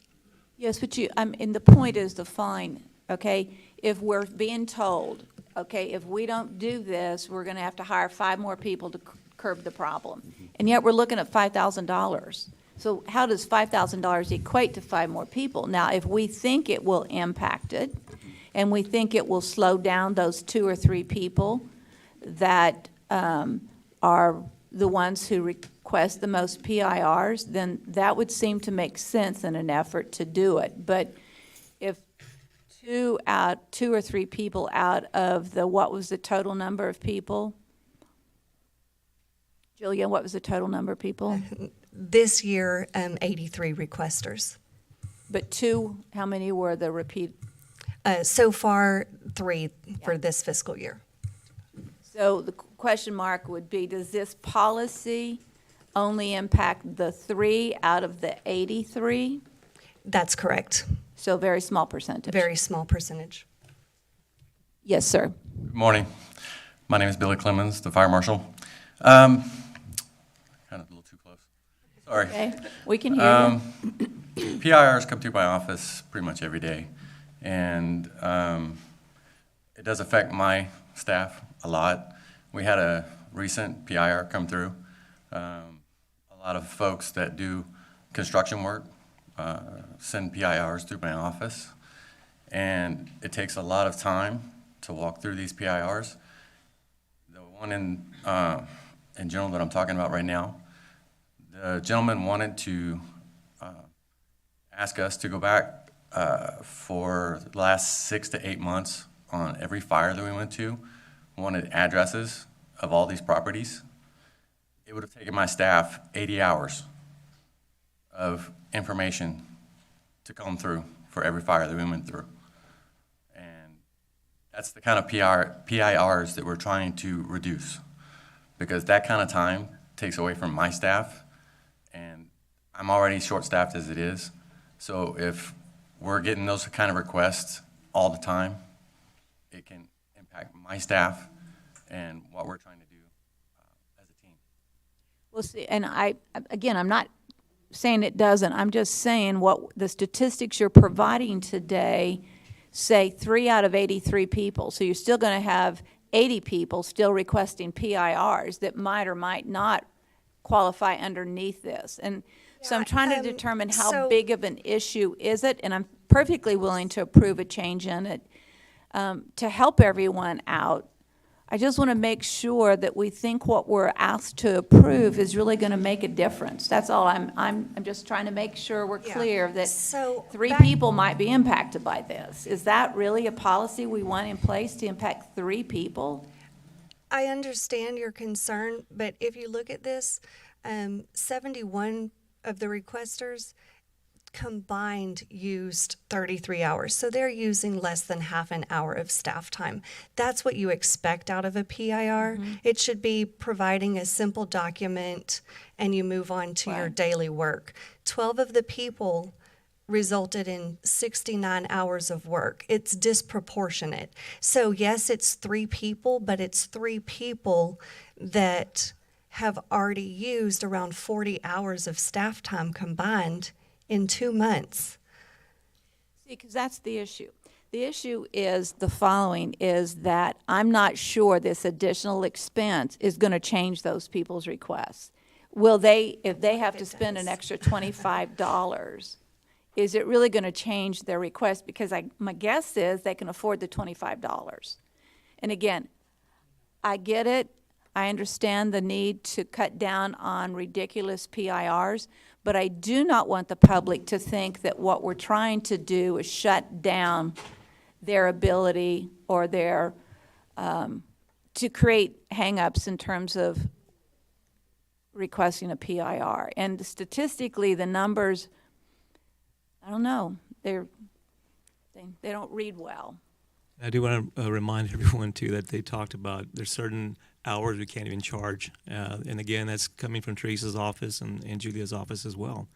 So all those numbers, actually, when you start talking about revenues and what have you, the goal part of it is, of course, to reduce those numbers. I know for a fact one individual that at times, maybe not this year, but in previous years, you'll have between 7 to 15% of the requests that come through is from that one individual. Again, Mayor, we know what we're saying right now is that really the great majority of people that need help and need information will get it. That's not an issue. Now, if you're that individual and you know who you are, who's requesting numerous requests per year, and it's taking up a lot of staff time, then it's affecting, yes, it's affecting you. But the average citizen that wants information is going to be, as Julia said a while ago, it's half an hour, maybe at the most. That's not a problem for us. I think that this policy alone, even giving it a try, will give us an understanding. You could even say, hey, let's bring it back in about 3 months and take a look at it. But if anything, I think it helps more than anything than what we have in place right now. Right now, what we have in place is not working. Mayor? Yes, Tommy. Oh, yeah. Charlie was going to say something. I wanted to add one more thing. We do have a couple of contractors. Every month, we do receive a PIR from them, asking them for copies of their permits, copies of their inspections, because they don't have that person in place in their business, so they kind of rely on us to do that for them, and they do that through PIRs. And, you know, we're kind of in hopes that maybe this would help them understand the time that it is taking us, because, you know, they make a copy, they just white out the date and then resubmit. So every month, we're generating them, almost helping them run their business. And unfortunately, that does take away from somebody else that may be coming in and we're trying to... Speak into the mic, please. Oh, I apologize. And so that does take away from some of the other job duties, trying to help other people with their projects and everything, because we're trying to help run this business for a contractor. Go ahead, Tommy. Mayor, to move us along, I'll make a motion that we adopt the policy as presented by Julia. Public comment. I think what we need to do, and I would say this, is that what we need to do is determine a timeline on this for re-review and see if it has had any impact. So I'd like to see this brought back in 6 months for rediscussion in terms of if it has had any impact in terms of the workload. Yes, Joe? I just want to remind you, I'm not that, I mean, I'm in the news media, and I'm not that concerned about this from a news media perspective, except to say that the policy you're making today is going to outlast you and is going to outlast me. And you got to look at how this can be used in the future councils, future news media people, to suppress information from the city. So, I mean, you got to look at that. You got to think about that. I will say that from a news media perspective, paying for information can become very expensive. The margins are really, really tight. If I'll speak for my competitors, if I'm KLST or KSAN or Fox, I don't have a lot of money from corporate to do stuff like this, to do investigative reporting. That's why they don't do a lot of it. From my perspective, trying to make money off investigative report when I can go right down the street on Sherwood Way and write on about 3 crashes and I get enough traffic for the day to make my quota. You know, investigative reporting is expensive. It takes a lot of time. So look at what you're talking about as far as what the news media exceptions are in this deal, because the news media they're the watchdogs, or the guys who can shine a flashlight into this. One of the concerns I do have is minor, but you don't really define what San Angelo Live would be. I mean, I don't have an FCC license, for example. So that's my biggest concern on this, is looking way into the future when you're not here, and how could this be used to suppress information out of the city? Thank you. All right, so there's been a motion and a second, but I would like to ask that motion be, I don't know if I can do this right now, maybe it has to be voted down, but I think part of the motion has to be that this needs to be re-reviewed within a certain amount of time to see if it's effective or not. I'm just, again, the numbers don't work for me. And so I need to make sure that it accomplishes what you think it will accomplish, or whether it just makes us look like we're trying to shut people up. That's my concern. And that's all. Mayor, if I may? Yeah, you and then you. Julia, how much time do you think you'd need to kind of get a pretty good reading before coming back to city council? I know the mayor suggested 6 months. Would that suffice? We can try 6 months. I think the problem is that it's a full 12 months is the way that the state designed it to be calculated. So I don't know if we want to say bring it back in October. I don't know what you want to say, but the state did design it to be a 12-month program. I want to know in 6 months, how many repeat offenders qualified underneath this policy. Larry? I was just curious on whether we can table this for further discussion. Well, what further discussion would you like to discuss on it? What are the, name a couple questions that you have. Well, I think we've been surprised at the impact that this could have in the media long term.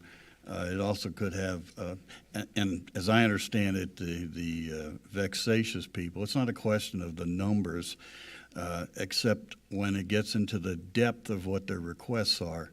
I'm not sure we have an answer for that, because if that person is asking for the moon, then that's more time spent, but it still counts as just one.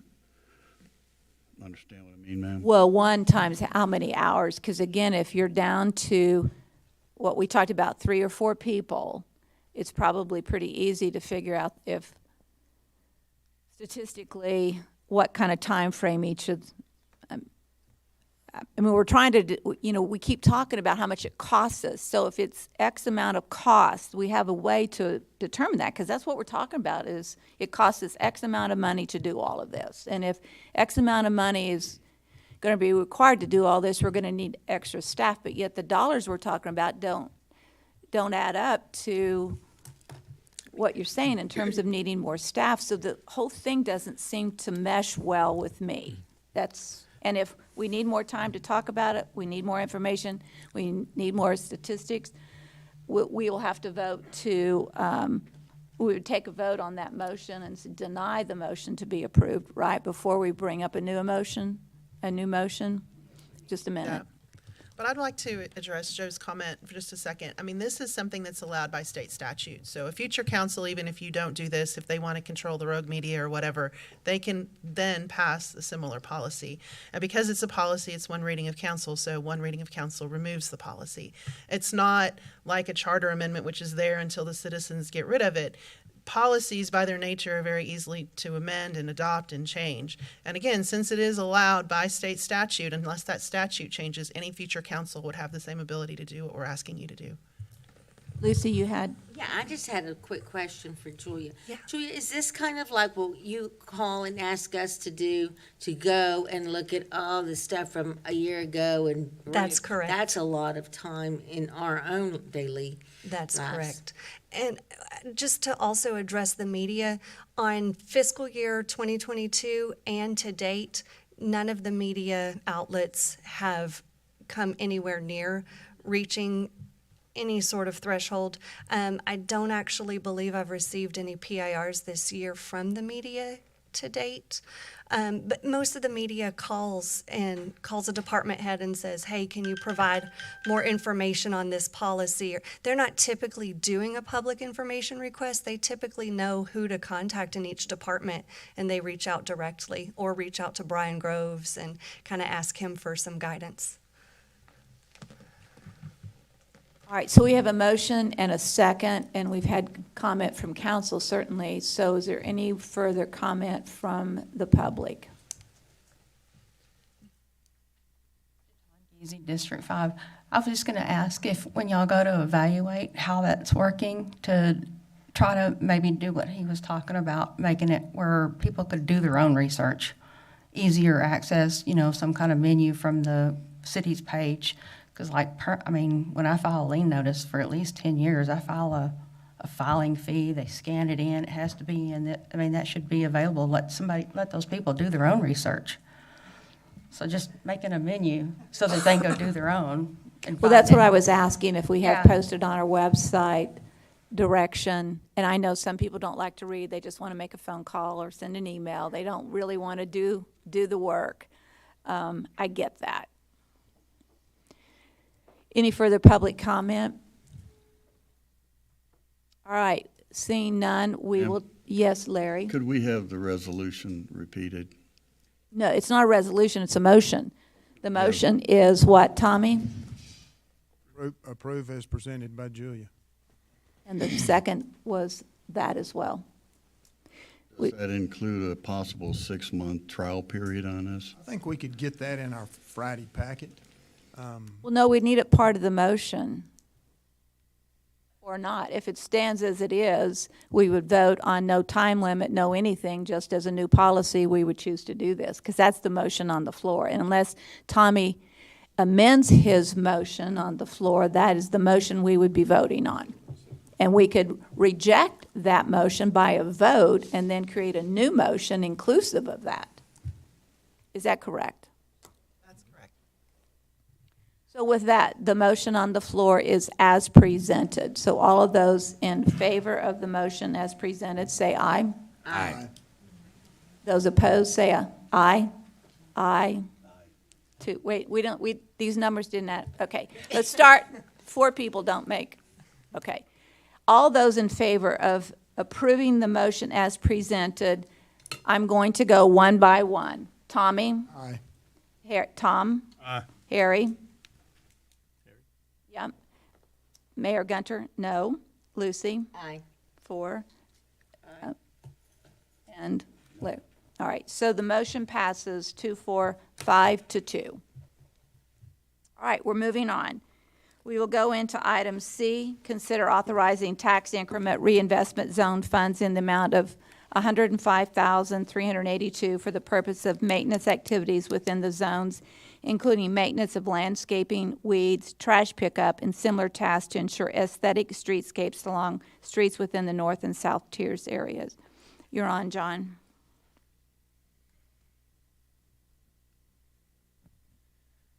So that pretty much summarized it, but I'll just go into a little more detail. The proposal is to use both north and south tiers funds for maintenance, including maintaining landscaping, lots of the landscaping, the new landscaping on Chadburn, but also the older landscaping on North Chadburn.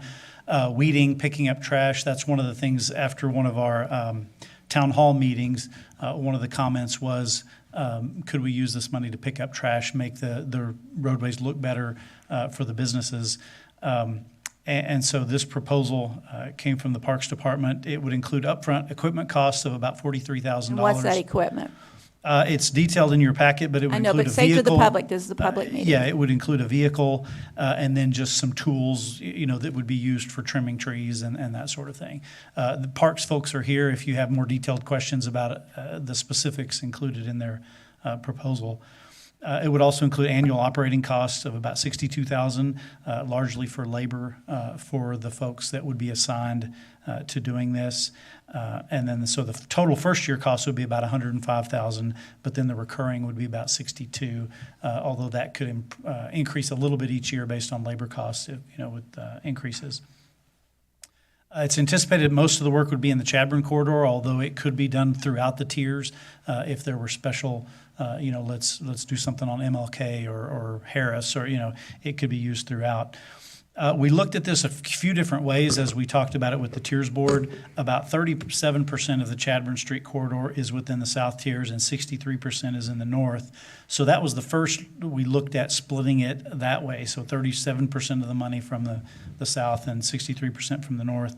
But then we sort of went back and forth with that discussion and ended up deciding just to, hey, this is going to be done in both sides. There's proposals for more landscaping on the north Chadburn corridor, so let's just make it an even 50-50 split to make it easy as we move forward. So again, that's a very brief overview. I will mention, as noted in your packet, this did go before the Tiers Board. They recommended denial of this funding, so they did not recommend using the funding.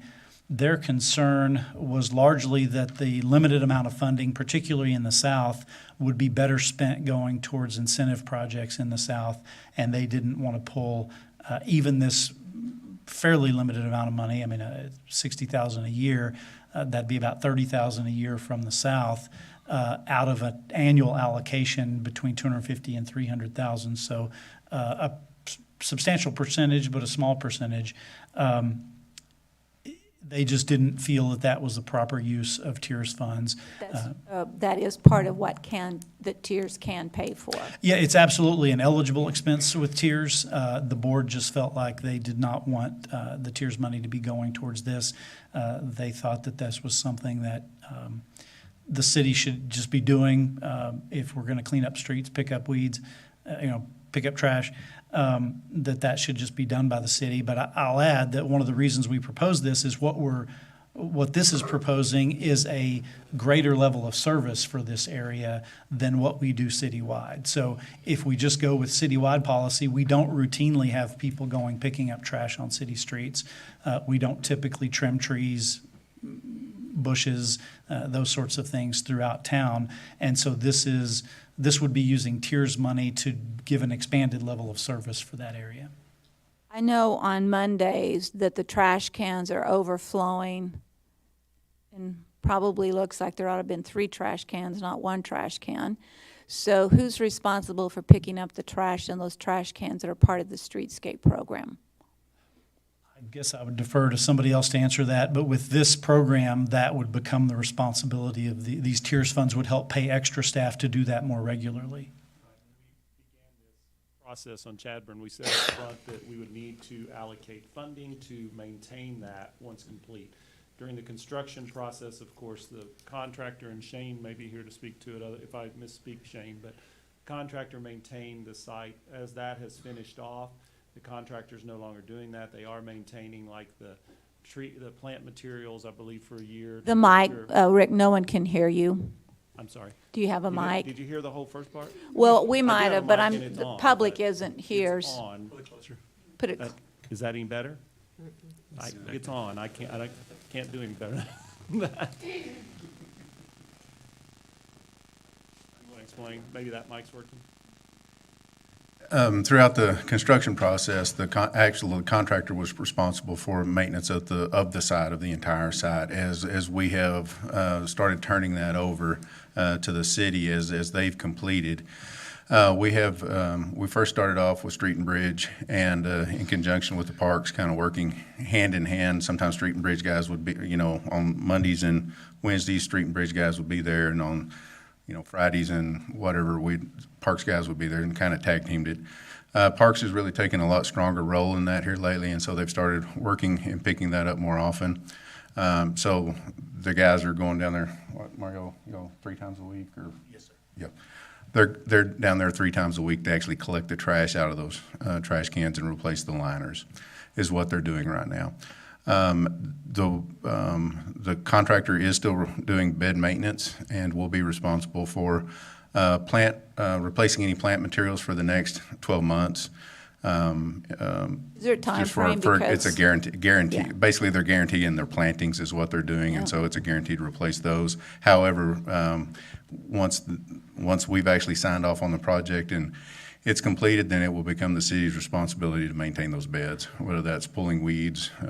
We have seen quite a bit of remuda growth in a few of them, and so to get that pulled out and get that out of there to keep the beds clean, that will become the city's responsibility at that point. So again, moving forward, there's not necessarily any extra staff anywhere to really put somebody down there every day to take care of this, kind of like what we would believe the enhanced expectation would be for this project. But again, that's a council decision, how y'all want to move forward, so. Well, I know that when downtown was selling the trash receptacles, they had an agreement with Republic to pick up the trash out of those trash receptacles that the downtown area was selling.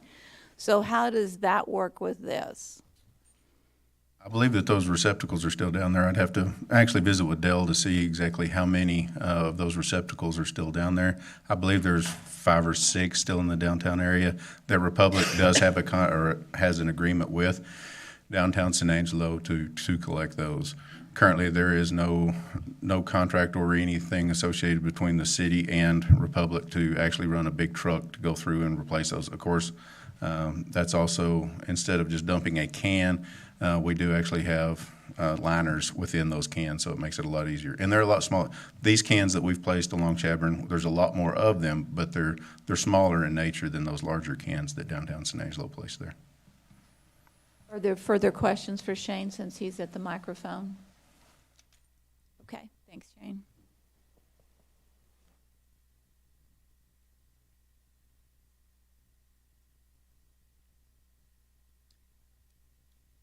All right, so with that, is there a motion for approval? I have a couple Oh, of questions. sorry.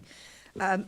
I'm curious to know what, if any, burden is on the individual property owners to particularly deal with trash, weeds, minor pruning, and general maintenance. I'm very happy to see the tree pruning and the irrigation on there as designated targets for this particular project. We want to take care of that for sure. But the very fact that the Tiers Board voted against this, I think we have a couple more questions, and that's my first one. Yeah, I don't know that I can speak to what obligation the property owners have. That did come up both at Town Hall and the Tiers Board meeting. I think some of the Tiers Board members felt that that should be the property owner, their obligation. Even if it's not a legal obligation, they should pick up in front of their place. I think In some cases, the question mark would be, is it mine or is it yours? Because it's kind of between our two businesses. So it's meant for a public use, not the business's use. So there becomes a conflict in that conversation. Is this for the public's use or is it an individual business's use? And that's always become the issue. And that was the concern raised by the other side of the argument. Some of the board members were that, well, even if property owners should be doing it, many of them aren't. And so something like this would ensure the whole corridor looks nice. And my business on North Chadbourne isn't dependent on my neighbors picking up, even if I do it. And so this would give kind of a consistent theme throughout. But as you mentioned, that ultimately the board came down on the side of not recommending it in this case. To add to that just a little bit, and I'm sorry if this isn't working, but really the intent, I think the owners do a pretty good job of picking up, in front, if it's on the ground or something. But this crew really focuses a lot on picking up the large receptacles, making sure that trash is hauled off in the big receptacle areas. And of course, if there's something on the ground. But I think in general, the property owners downtown do a good job of keeping the streetscape picked up and, put into the receptacles. But I mean, when we're talking about weeds growing out, grass growing out in certain areas, you're going to have certain areas of downtown that look really nice. Other areas will not look as nice until code enforcement can get in there and enforce it. And even with an enforcement, you typically have over a 10-day period before anybody can actually do anything about it. So you're going to have certain parts of the downtown that look nice and others that look terrible. And there's not going to be that consistency that we're looking for. Well, code ordinances is not going to work because this is public streetscape. It's not individual business streetscape. It's public streetscape. And I think we're not going to have city code ordinances against a business because that tree is out front, and in that tree out front are weeds growing. So I think, like many things, if it's public, and this is public investment back into a district, we want to make sure we maintain it at the highest level possible. Mayor, and I do want to add, you definitely don't want a property owner to go out there and trim a tree and kill it. No. Just because you think it's your responsibility, so we have to be really careful with that. Or a plant looks like a weed, and it's not a weed, it's a plant. So I think that some professional management of this is very key and very important. We've invested in it. Now let's make sure we get it taken care of and make sure that the investment we make reflects what we've chosen to do here. Move to approve. Thank you. Let me, I've got a motion and a second. not We'll yet. open up for public So comment, here's my and you can public make a comment. public comment. in anticipation of the next item on the agenda, the North Tier Zone is going to have nearly have a fund balance of $3 million. We're talking about half of 1%. I don't see why you just don't charge 80%. And the Tiers Board, their concern is the burden on the South Tier Zone. The North Tier Zone has a nearly $3 million fund balance, not far away. So my point would have been to make the motion with 80% of it being paid from the North Tier Zone. You can ask to amend that motion on the floor. Would you like to do that? How does that idea sound to everybody? Make a motion. Amend the They've motion. already got two. Are you willing to have that motion amended? I'm willing to have that motion amended. I think that the overarching concern when I had a question or two for John was the fact that the Tiers Board pointed to reinvestment, not maintenance. So while I personally want to see the city look beautiful, be cared for, be consistent, we have to treat people fairly. So yes, I'm open to an amendment. I mean, I look at it, when you buy a home and it looks one way the very day you bought it, 6 weeks down the road, if the lawn needs mowed, you're probably going to mow it. I mean, it's all about how we present ourselves. And I think if there's funds available, let's do the best job possible. And if it's an issue, whether it's charged to the north versus the south, we all benefit. The district benefits. So I think that you just made an amendment to the motion, and that amendment to the motion is that the northern tiers pick up the entire expense of this. Is that what your motion amendment is? No? Let him answer. He's the one who made the motion. Then we'll go to the next one. My motion was to have the Northern Zone pick up a minimum of 80% of it. Because they have. That's the motion, amended motion. Is that the amended motion, Technically, only Karen? Karen can amend her motion. There's a motion on the floor. She didn't, she made the motion. He asked to amend it. Are you willing to have amended? She is willing to have it amended. Okay, and then we have a second for the amended motion. No. And she says no. It's like, how did we get to 80? I don't want it. From these numbers, so. Listen, the 80% isn't going to change. There's almost $3 million sitting in the north. $100,000 a year is not, $80,000 a year is not going to break the northern tiers. I mean, it just isn't. Save the trees. Save the trees, save the landscape, save the investment. How about that? Let's start all over. Yes, well. We have to vote on that? What's the We legal have to. process right now? waiting for a second on the amended motion. I So if second somebody it. wants to second it. I second it. Okay. There's an amended motion to accept as presented, with the exception of charging 80% of the expense to the northern tiers, with the remaining 20% charged to the southern tiers. That is the motion on the floor, and that is the second, and it is open for public comment. Seeing none, we'll take a vote. All of those in favor, say aye. Aye. Any opposed? Nay. Aye. 2. Motion passes 5-2. All right, the next item is item D, discussion, direction on the tax increment reinvestment zone regarding moving boundary lines between the north and south areas and the issue of north tiers funding for nonprofit organizations. John, you're up. Yes, this item came up with discussions. You may recall recently we talked about north and south funds and how to distribute them. As part of that discussion, one of the questions and comments that came up was, is the north-south division line in the right place? And so we're bringing this to you as a discussion item. This is not for action today. It needs to go to the Tiers Board first before action is taken for their recommendation. This has not gone to them yet. I believe it's scheduled for their next regular meeting in January, so they will be discussing it, but this is for you all to either provide direction, tell them, don't worry, don't bother, we don't like the idea, or yes, we think it's a good idea, the board should take it up and consider it. So we're just seeking direction on that. Here are the maps. This is the existing north tiers, and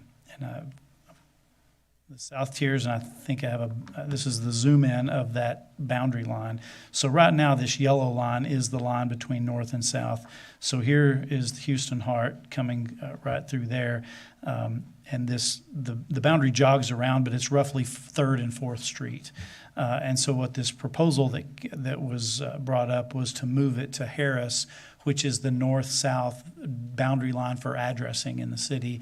Everything south of Harris is, South Chadburn or South Oaks.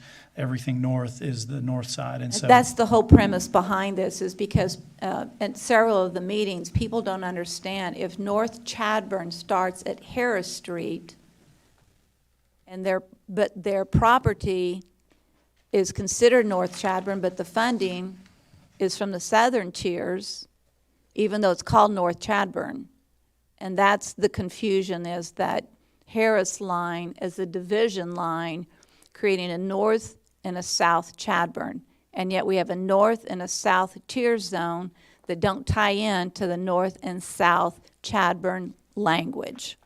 that's right. And my understanding is when this was created, the idea was basically the downtown is the south tiers and everything else was the north.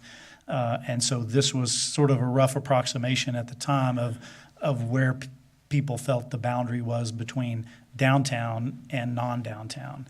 And so I think that's the history of why the boundary ended up where it was. And obviously that's kind of debatable, what is downtown and where is that line? But again, this is the proposal to move it down to Harris, just looking for your direction. The other piece of this is the nonprofit discussion. You may recall, I think it was back in August, revision to the tiers policies came to you all, and the policy on nonprofits was changed.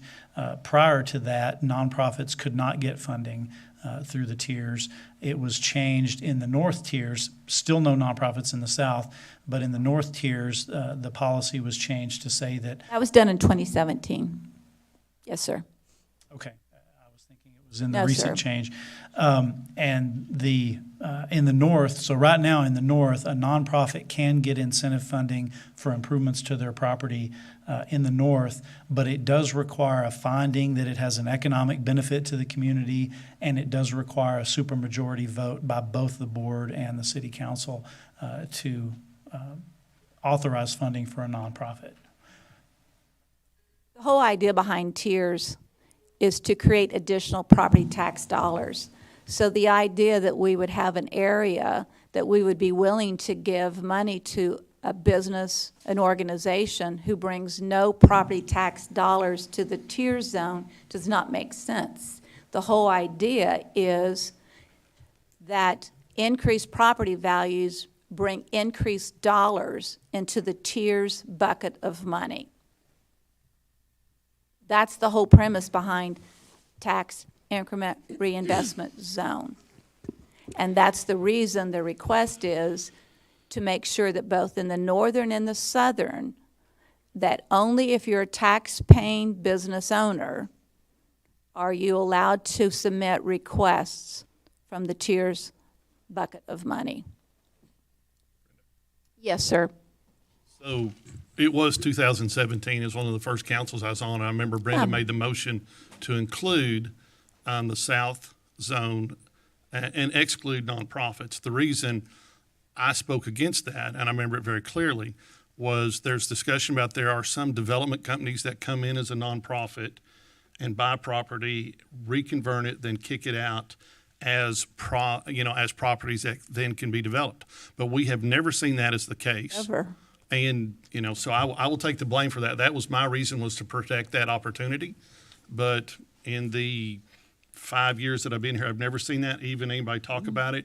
And I think it does make sense to go ahead and remove nonprofits from eligibility.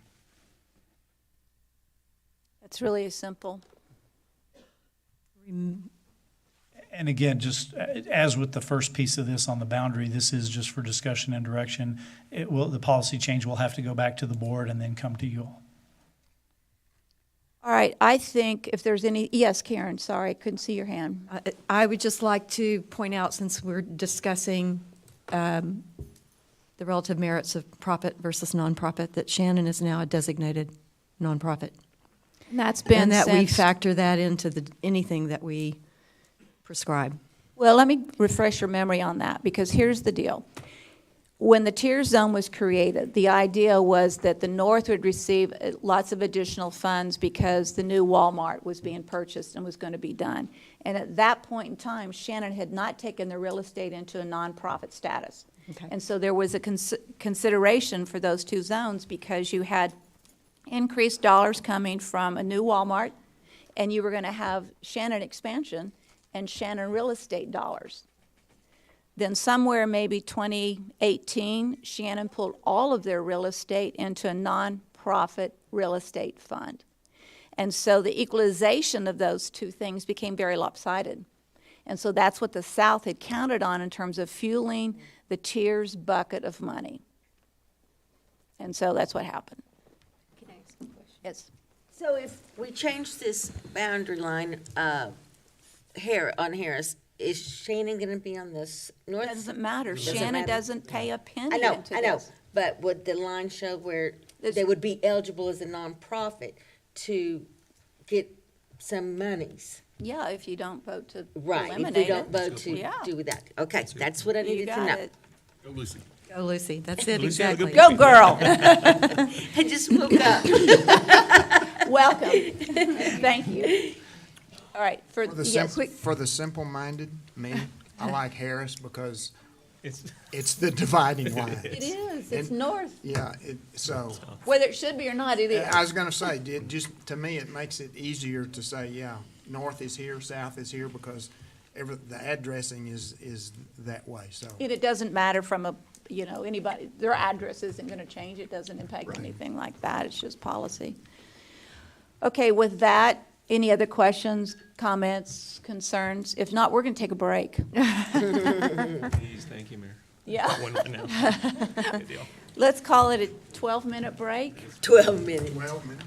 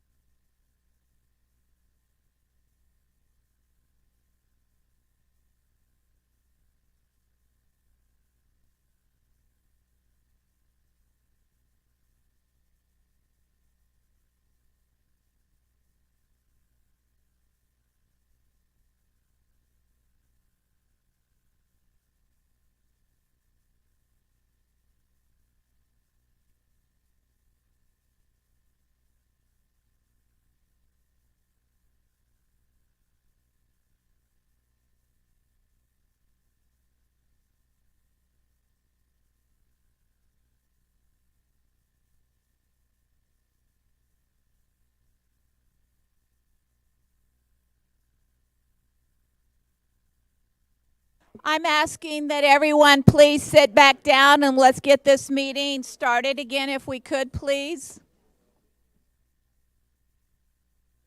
Okay, then we'll just sit here and just.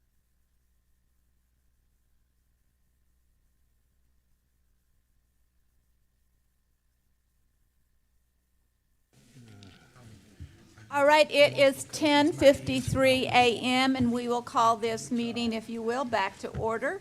And we will start with item E, I believe. Yes, item E is first reading and public hearing of an ordinance extending the temporary changes to Chapter 12, Planning and Development, Article 12.04, signs in the City Code of Ordinances to allow additional time for preparation of permanent amendments to the San Angelo sign ordinance. And John, you're on. Thank you. You may recall a couple of years ago, we made some changes to the sign ordinance based on a court case that was at the Fifth Circuit that basically made parts of our sign ordinance unconstitutional, so we made some quick fixes to that. Describe what that was. Basically, the main point was that you could no longer treat on-premise signs, so like a business sign, differently than a billboard, an off-premise sign. And so we modified our ordinance to basically say those signs are interchangeable.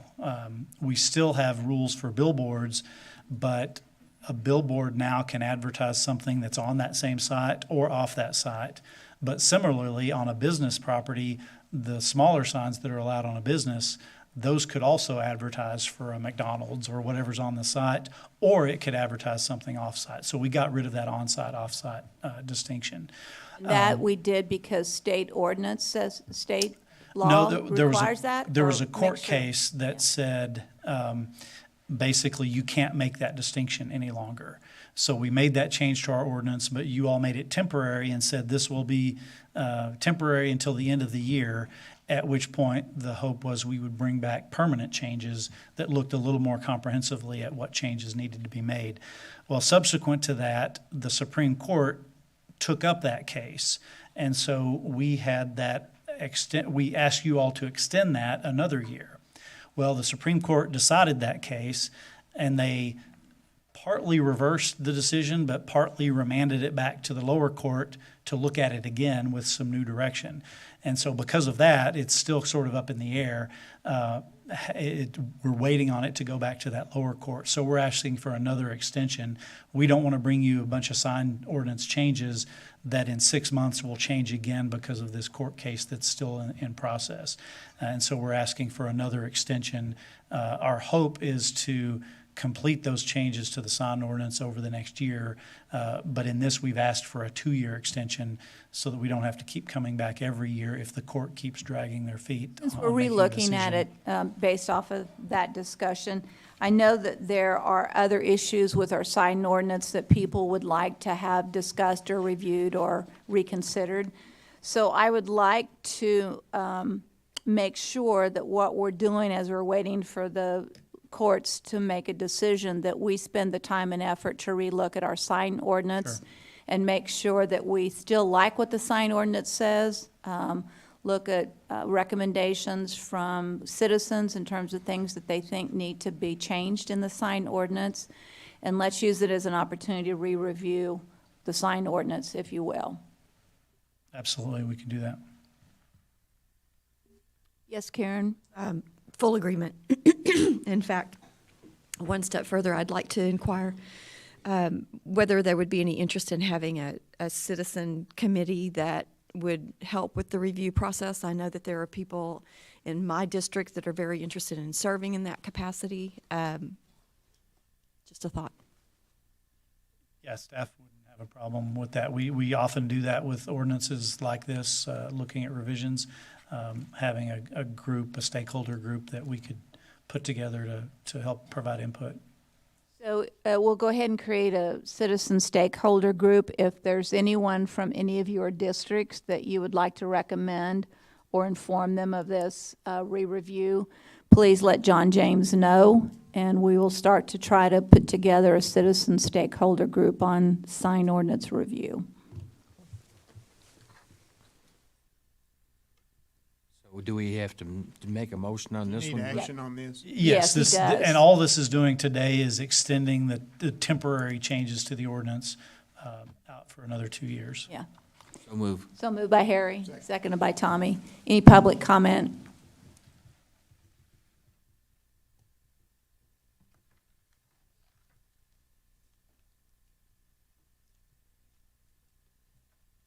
Susan Mertz, Single District 5, and I would like to thank the council for agreeing to have a citizens review committee made up of diverse interests throughout our city to review our sign ordinance. Thank you so very much. Further public comment?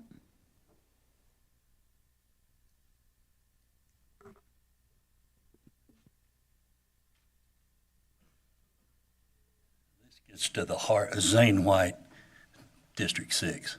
This gets to the heart, my comments earlier and my comments for the last several months regarding this Supreme Court decision excuse that's been used, actually 2 separate Supreme Court decisions that I've been given by the city that have absolutely nothing to do. Anybody with any reading comprehension at all that has integrity can simply read those decisions. Again, those Supreme Court decisions are Reed versus the town of Gilbert. That was in 2015. The other is a 2022 decision, City of Austin versus Reagan National Advertising of Austin, LLC. These are primarily content-related issues. Okay, they don't have anything to do with the Cactus Hotel sign. If they do, I've been asking for months and months, and all of you know it.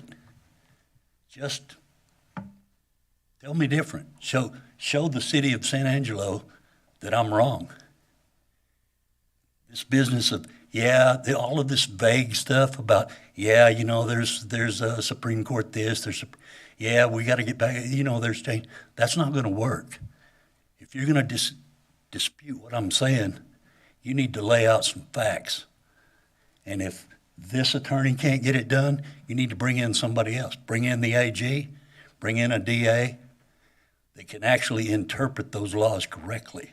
Because this is just another deal using these Supreme Court decisions to kick this down the road.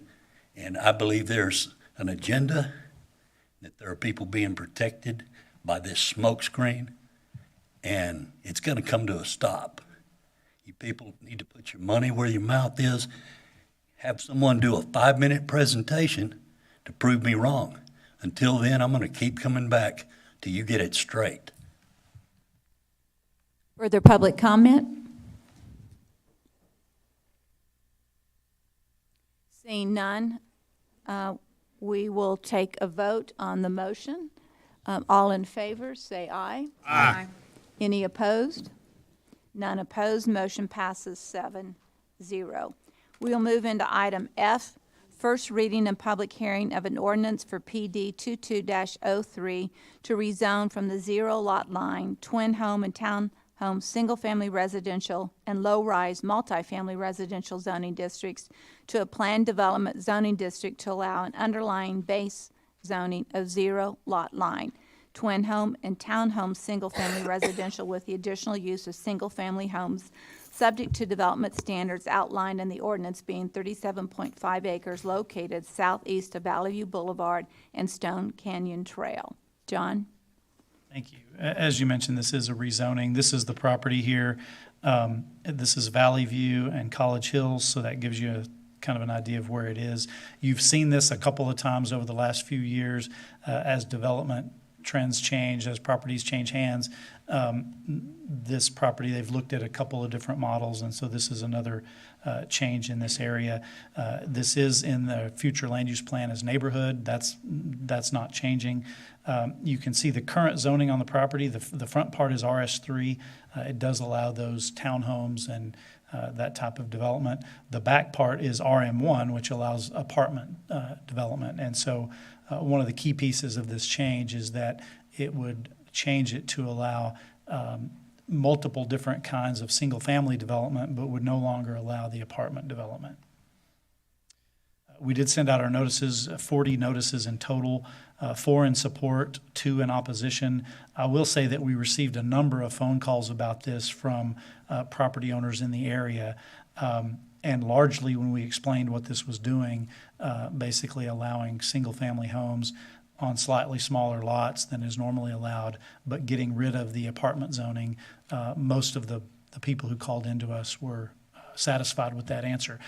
Largely their concern over the years has been with the apartment zoning that was originally allowed on this property. This is the preliminary plat that has already been approved for this area, and so that is not changing. Some of these lots were originally envisioned as zero lot line lots where one side of the house would be right on the property line, and those are slightly narrower lots because of that. Basically what they're looking at is the opportunity to do single-family homes that aren't on the property line, so moving them over on the lot, but still having them on these narrower lots, which are 45 feet wide instead of the 50 feet. You can see here in the colored areas, those are plats that have already been approved, final plats. They have not all been filed yet, but those are, I mean, basically they could file those plats and begin development as soon as they wanted to. And so they're looking at the rest of this that hasn't been finally platted, but as you saw in the previous, has already been preliminarily platted. So at this point, they're not looking at changes to any of this in terms of layout of the area. So this is kind of the summary, and the reason you see the red, this is what was proposed to the Planning Commission, and they made some changes. Staff is supportive of those changes that the Planning Commission made, but I wanted to leave those on here just so you could see what their discussion was. Again, one of the main things is allowing 45-foot wide lots instead of the 50 that's normally required for a single-family home. It also reduces the front setback to 15 feet, allowing them a little closer. It still requires a 25-foot setback for a garage. The problem we see if homes are built up to closer than 25 feet, you start to get cars that park and block. There's not enough room to park cars in front of the house. So garages will still have to be back 25 feet, but the rest of the house can come up 15 feet. That gives them a little bit more development area on these smaller lots. Single-family home lot size overall would stay the same, so the lots will have to be a little deeper to make up for them being narrower. Our normal ordinance requires a floor area ratio of 0.6, which means basically you can't cover more than 60% of the lot with buildings. They've asked for 70% coverage, and so that's what was approved by the Planning Commission. So again, similar to zero lot line homes, a little bit more of the lot would be covered by the home, so slightly smaller yards around that. This area was, as I mentioned, originally zoned for multifamily, and as you may recall, under our new sidewalk ordinance, multifamily areas require sidewalks. So we had recommended including sidewalks, given that the density is higher and you're putting more homes in a smaller area, that seemed to make sense. The Planning Commission said, no, if we're rezoning to RS-type zoning, which doesn't require sidewalks, we should stick with that, what's in the sidewalk ordinance, and so that's been removed. One of the staff's concerns that are reflected by 8 and 9 here, what we originally recommended, one of the concerns we have is that they're developing these areas, and so it's creating traffic up Stone Canyon, and by not connecting Valley View over and by not extending College Hills, you're funneling all of that traffic up Stone Canyon. And that's one of the complaints we heard from some of the neighbors.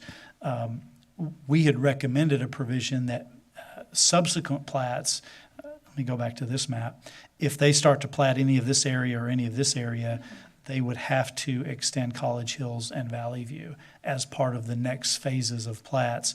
In other words, they couldn't plat out an area like this and then this and avoid creating the College Hills or Valley View. After discussion at the meeting with the developer, I think the Planning Commission was comfortable that their intent is fully to move forward with that, and we probably have other we have other ways to prevent that from happening through the subdivision ordinance. And so the Planning Commission felt that those numbers 8 and 9 requiring those road connections immediately were not necessary. And staff is comfortable with that recommendation as well. This is in your packet. I won't go through all of this, but this just kind of compares the different requirements in our ordinance if you're in single-family homes, duplex, RS3, RM1, and then this is the proposed PD. And you can see in red are where the significant changes in the proposed plan development from what's allowed, the primary one being that lot size of 45 foot wide. And then the setback as well. With that, I'd be happy to answer any questions. Are there any questions for John James? Tommy? John, have we had any input from public safety folks, specifically fire? I'm assuming we're going to be increasing number of homes just because that would appear to be the ultimate goal here. Did we have input from fire department of any concerns that they had just from public safety standpoint? No, but I will point out again that, let me go back to this, their proposal for the total number of lots hasn't changed from the preliminary plat that's already approved.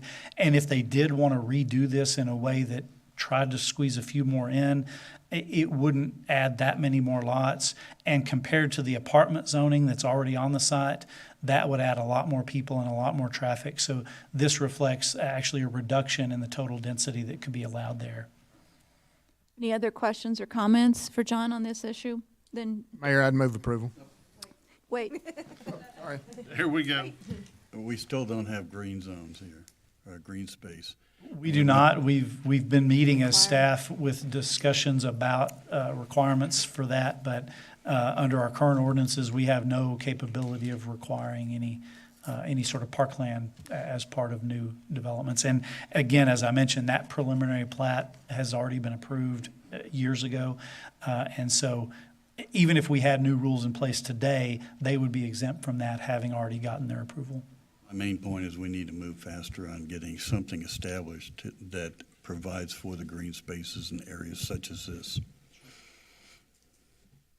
Any other comments or questions? All right, seeing none, there is a motion for approval. A second?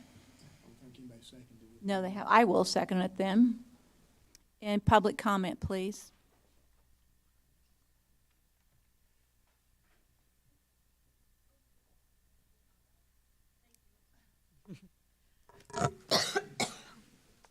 Andrea Souffle, District 1.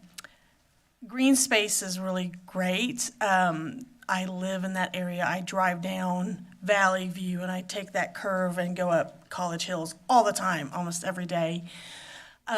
We have a lot of people in that area that are runners.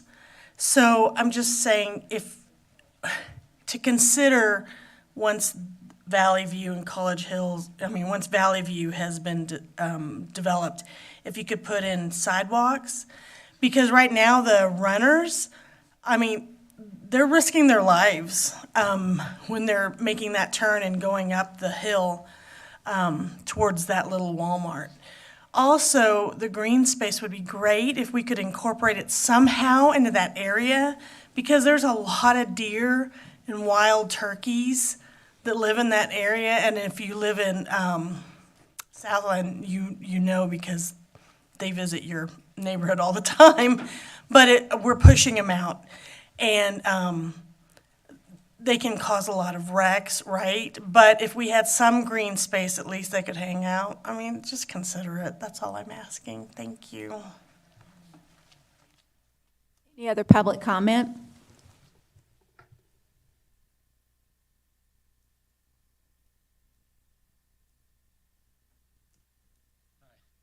Good morning. I'm James Duncan. I'm here on behalf of the applicant, and I just wanted to make myself available if there are any questions. I think most of the issues were already addressed. I'll make a couple of comments based on what's already been said.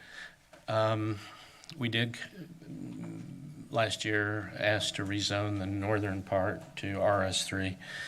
Quite frankly, that was a mistake on our part. We had some wrong assumptions. I guess everyone at the time was focused on the sidewalk ordinance, and we were focused more on drainage, and we also thought that we didn't care about apartments up there, but what we thought was included was single-family usage, and turns out it wasn't. We asked to redo this to try to have the single-family allowed.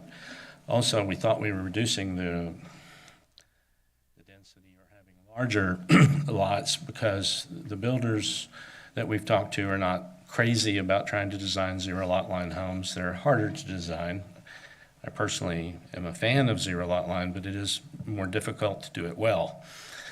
And so rather than having them try to design a zero lot line and possibly on a 40-foot lot, we decided they would prefer if they could have a standard design splitting the setbacks on either side. Regarding our plats that have been done up to now, I thought it was worth a little bit of an explanation. When we bought the property, of course, the interest meter's starting to tick. We were having discussions and intermittent conversations with the nearby landowners about trying to come to a cooperative agreement, perhaps splitting costs, putting in at the same time a joint development of either Valley View or College Hills. Those were promising, but have not produced an agreement to go forward jointly. Concurrent with that, we were looking at drainage issues and where not only our detention goes, but the drainage on Valley View was a big consideration, not for the improvement of Valley View that's in front of our property, but downstream on the existing part to the east. When we open it up and there's a lot of drainage that comes through there, it's going to increase the amount of stormwater that runs off onto that section, which if that were to be built today, the amount that would flow onto there would exceed the amount that would be allowed within the gutter and creating a deeper and a wider section of water in an area that already has a stormwater, some issues. And so various city departments have talked to us, and that there is a proposal that on some of the city property, they might take a look at regional drainage and or detention, and that would help alleviate the concerns. So in the meantime, College Hills had the same factors of trying to work with the other landowner across the street, the drainage and detention, and then the combining that with the fact that where and how that detention and how that runoff to Valley View is handled. Russell Gully was here and he left, but the design of College Hills, the design of our streets to connect into College Hills would be impacted by how much water you divert, which direction, and how much you allow to pass through. So to try to get the project going, we stopped short of College Hills to allow some intervening distance that the engineers could have the latitude to make appropriate design adjustments in how those intersections would connect and function. It was not because we desired to delay. Quite frankly, we wanted to start with Valley View. That would have been the most logical point to start. And then we also want connectivity for the good of our future residents and everyone else. So I'm available if there are any other questions. Thank you. Thank you, James. Any other public comment? All right, with that, we'll take a vote. All in favor, say aye. Aye. Any opposed? None opposed. Motion passes 7-0. Moving on to item G, first reading and introduction of an ordinance amending the budget for the fiscal year beginning October 1, 2022 and ending September 30th, 2023 for ongoing projects and capital items. Tina, you're on. Thank you, Mayor. Tina Deersky, Director of Finance. I have a couple of budget amendments for you this morning to consider. The first one is for police body cameras, requesting $70,000 to cover the year 3 cost of that.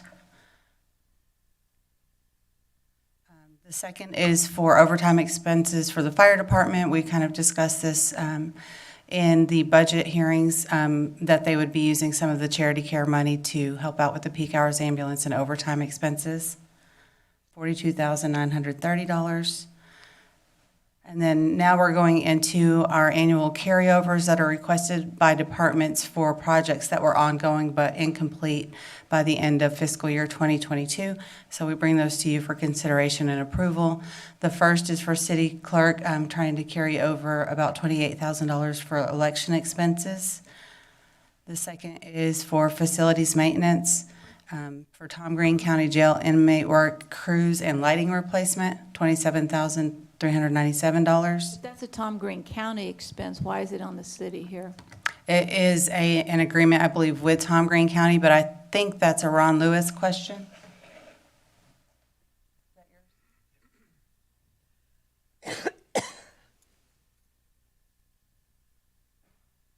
Ron Lewis, facility maintenance. It is an agreement with the county to share the costs for the TDCJ prisoners, the inmate crew camp that's out near the animal shelter. So that it's not their work crew, it's just the crew that comes from the TDCJ. And we shared those expenses through an agreement years ago that we amended some years back and is still in effect.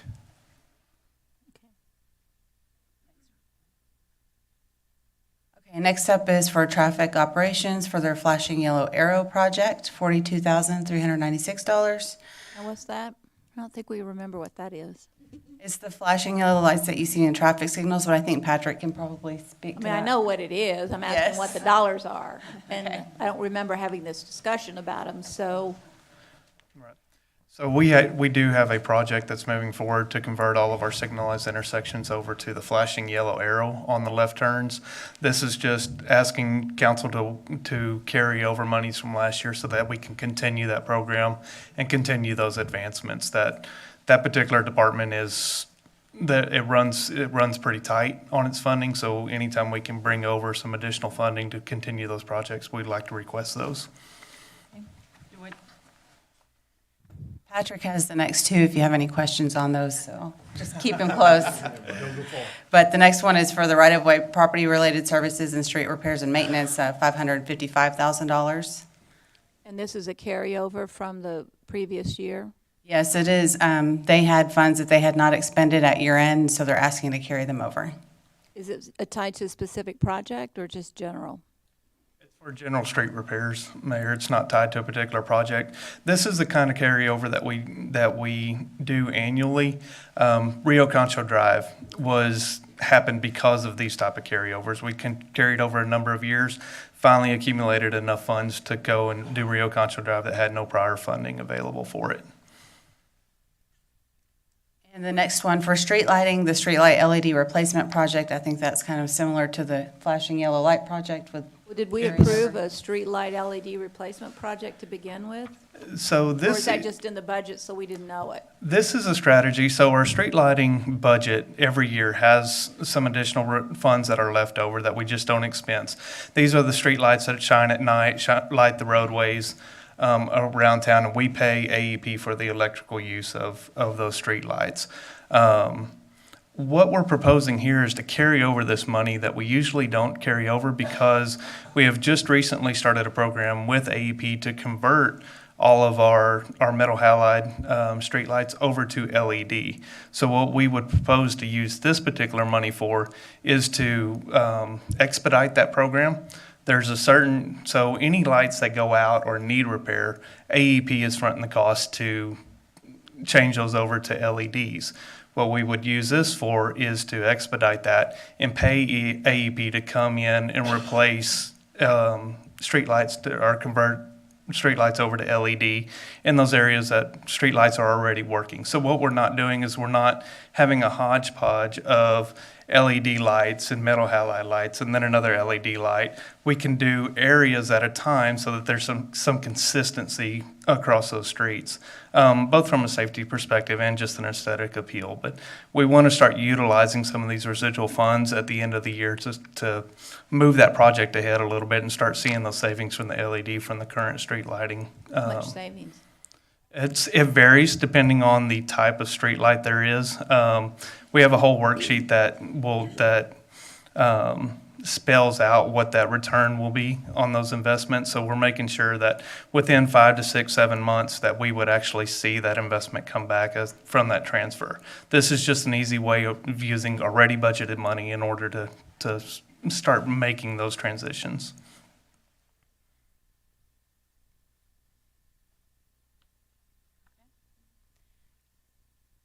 Next up, we have for the Parks Division, Kirby Park concrete slab repair, sidewalk renovation projects, and equipment purchases. They're requesting to carry over $59,000 for those projects.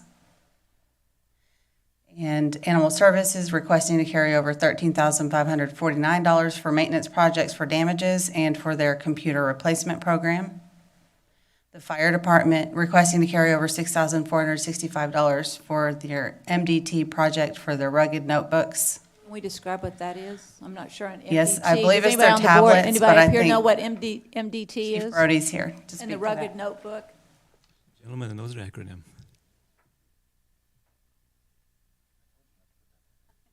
Morning, Council. If you recall, a couple months back, I came to you requesting money for the purchase of MDT, Mobile Data Terminal. See, I can't even say it right. But it's basically the computer inside of our units for our ambulances and our fire trucks.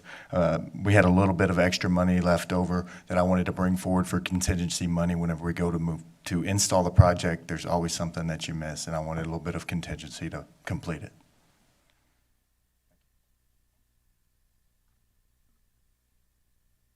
Next up is $361,000 for the state office building for HVAC improvements at the Chase State Building. And $8,083. Does that come from rent, or is that in the maintenance budget? I'll ask Bob Bluthart to come up and speak to that.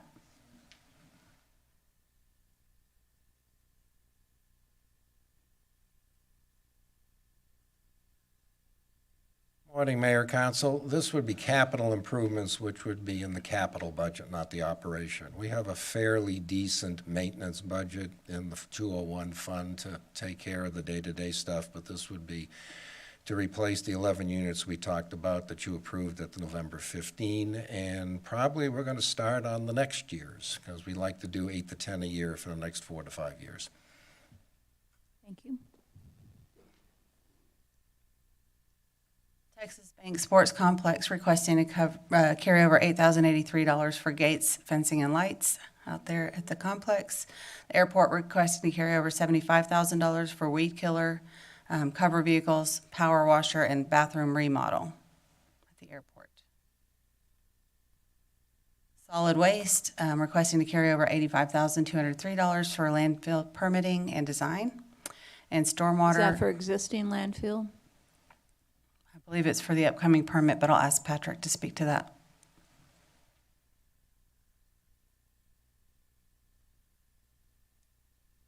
That is correct. It's monies that we anticipate using in the permitting process moving forward with the new landfill proposal that we're looking at and vetting right now. And finally, stormwater design and infrastructure improvement projects in the amount of almost $239,000. This is similar to the street and bridge money that we ask to carry over. Every year, we roll over funds within our capital projects so that eventually we'll have enough money in order to do a substantial stormwater improvement project. This type of money is what we're looking at with Sunset Lake and the Parkview Lakes and some of those stormwater improvement projects. That's how we get this money accumulated. What's the total sum of that money that you've accumulated? So every year we budget about $700,000 in that account, and then we roll over. So we just had a large expenditure with the Avenue P Pond. That's how we paid for a large portion of that project. So now we're starting over essentially. So 238 is basically the beginning of that savings that we have for future projects.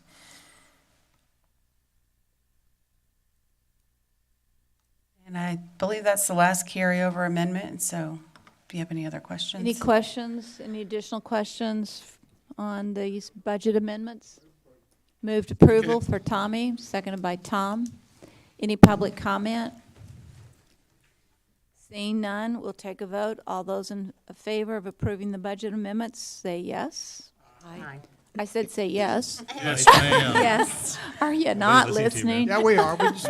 We wanted to be We want to make sure fine. you were looking. Okay, so that would be 7-0 Thank you, Mayor. passing.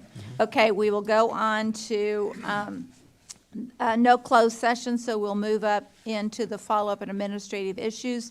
Consideration of approving various board nominations, Civic Events Advisory Board, Dale Velasquez, Mayor to third term ending December 2024. The Park Commission, Heidi Brooks at large to first term, Bitsy Stone at large to fourth term, and Allison Watkins at large to a second term, all ending January 2027. And the Parks and Recreation Advisory Board, Debbie Wilson is SMD 4 to third term ending December 2024. Is there a motion for approval of all of those board nominations? So moved by Harry, Second. second by Lucy. Any public comment on those board nominations? Seeing none, we'll take a vote. All of those in favor, say aye. Aye. Hey, you did it I right. didn't know we were going to do yes or aye. Yes. All right, motion approved 7-0. Any announcements or consideration for future agenda items? If not, a motion for adjournment. Move we adjourn. Move for adjourn. Second. Second by Tom. Public comment on adjournment? Seeing none, all of those in favor say yes. Yes. Okay, we kind of got it. It passes, though, 7-0. Buffalo Soldier, 11:45, it's 15 minutes after this meeting, if y'all want to be there, okay? Oh, yeah, the buffalo.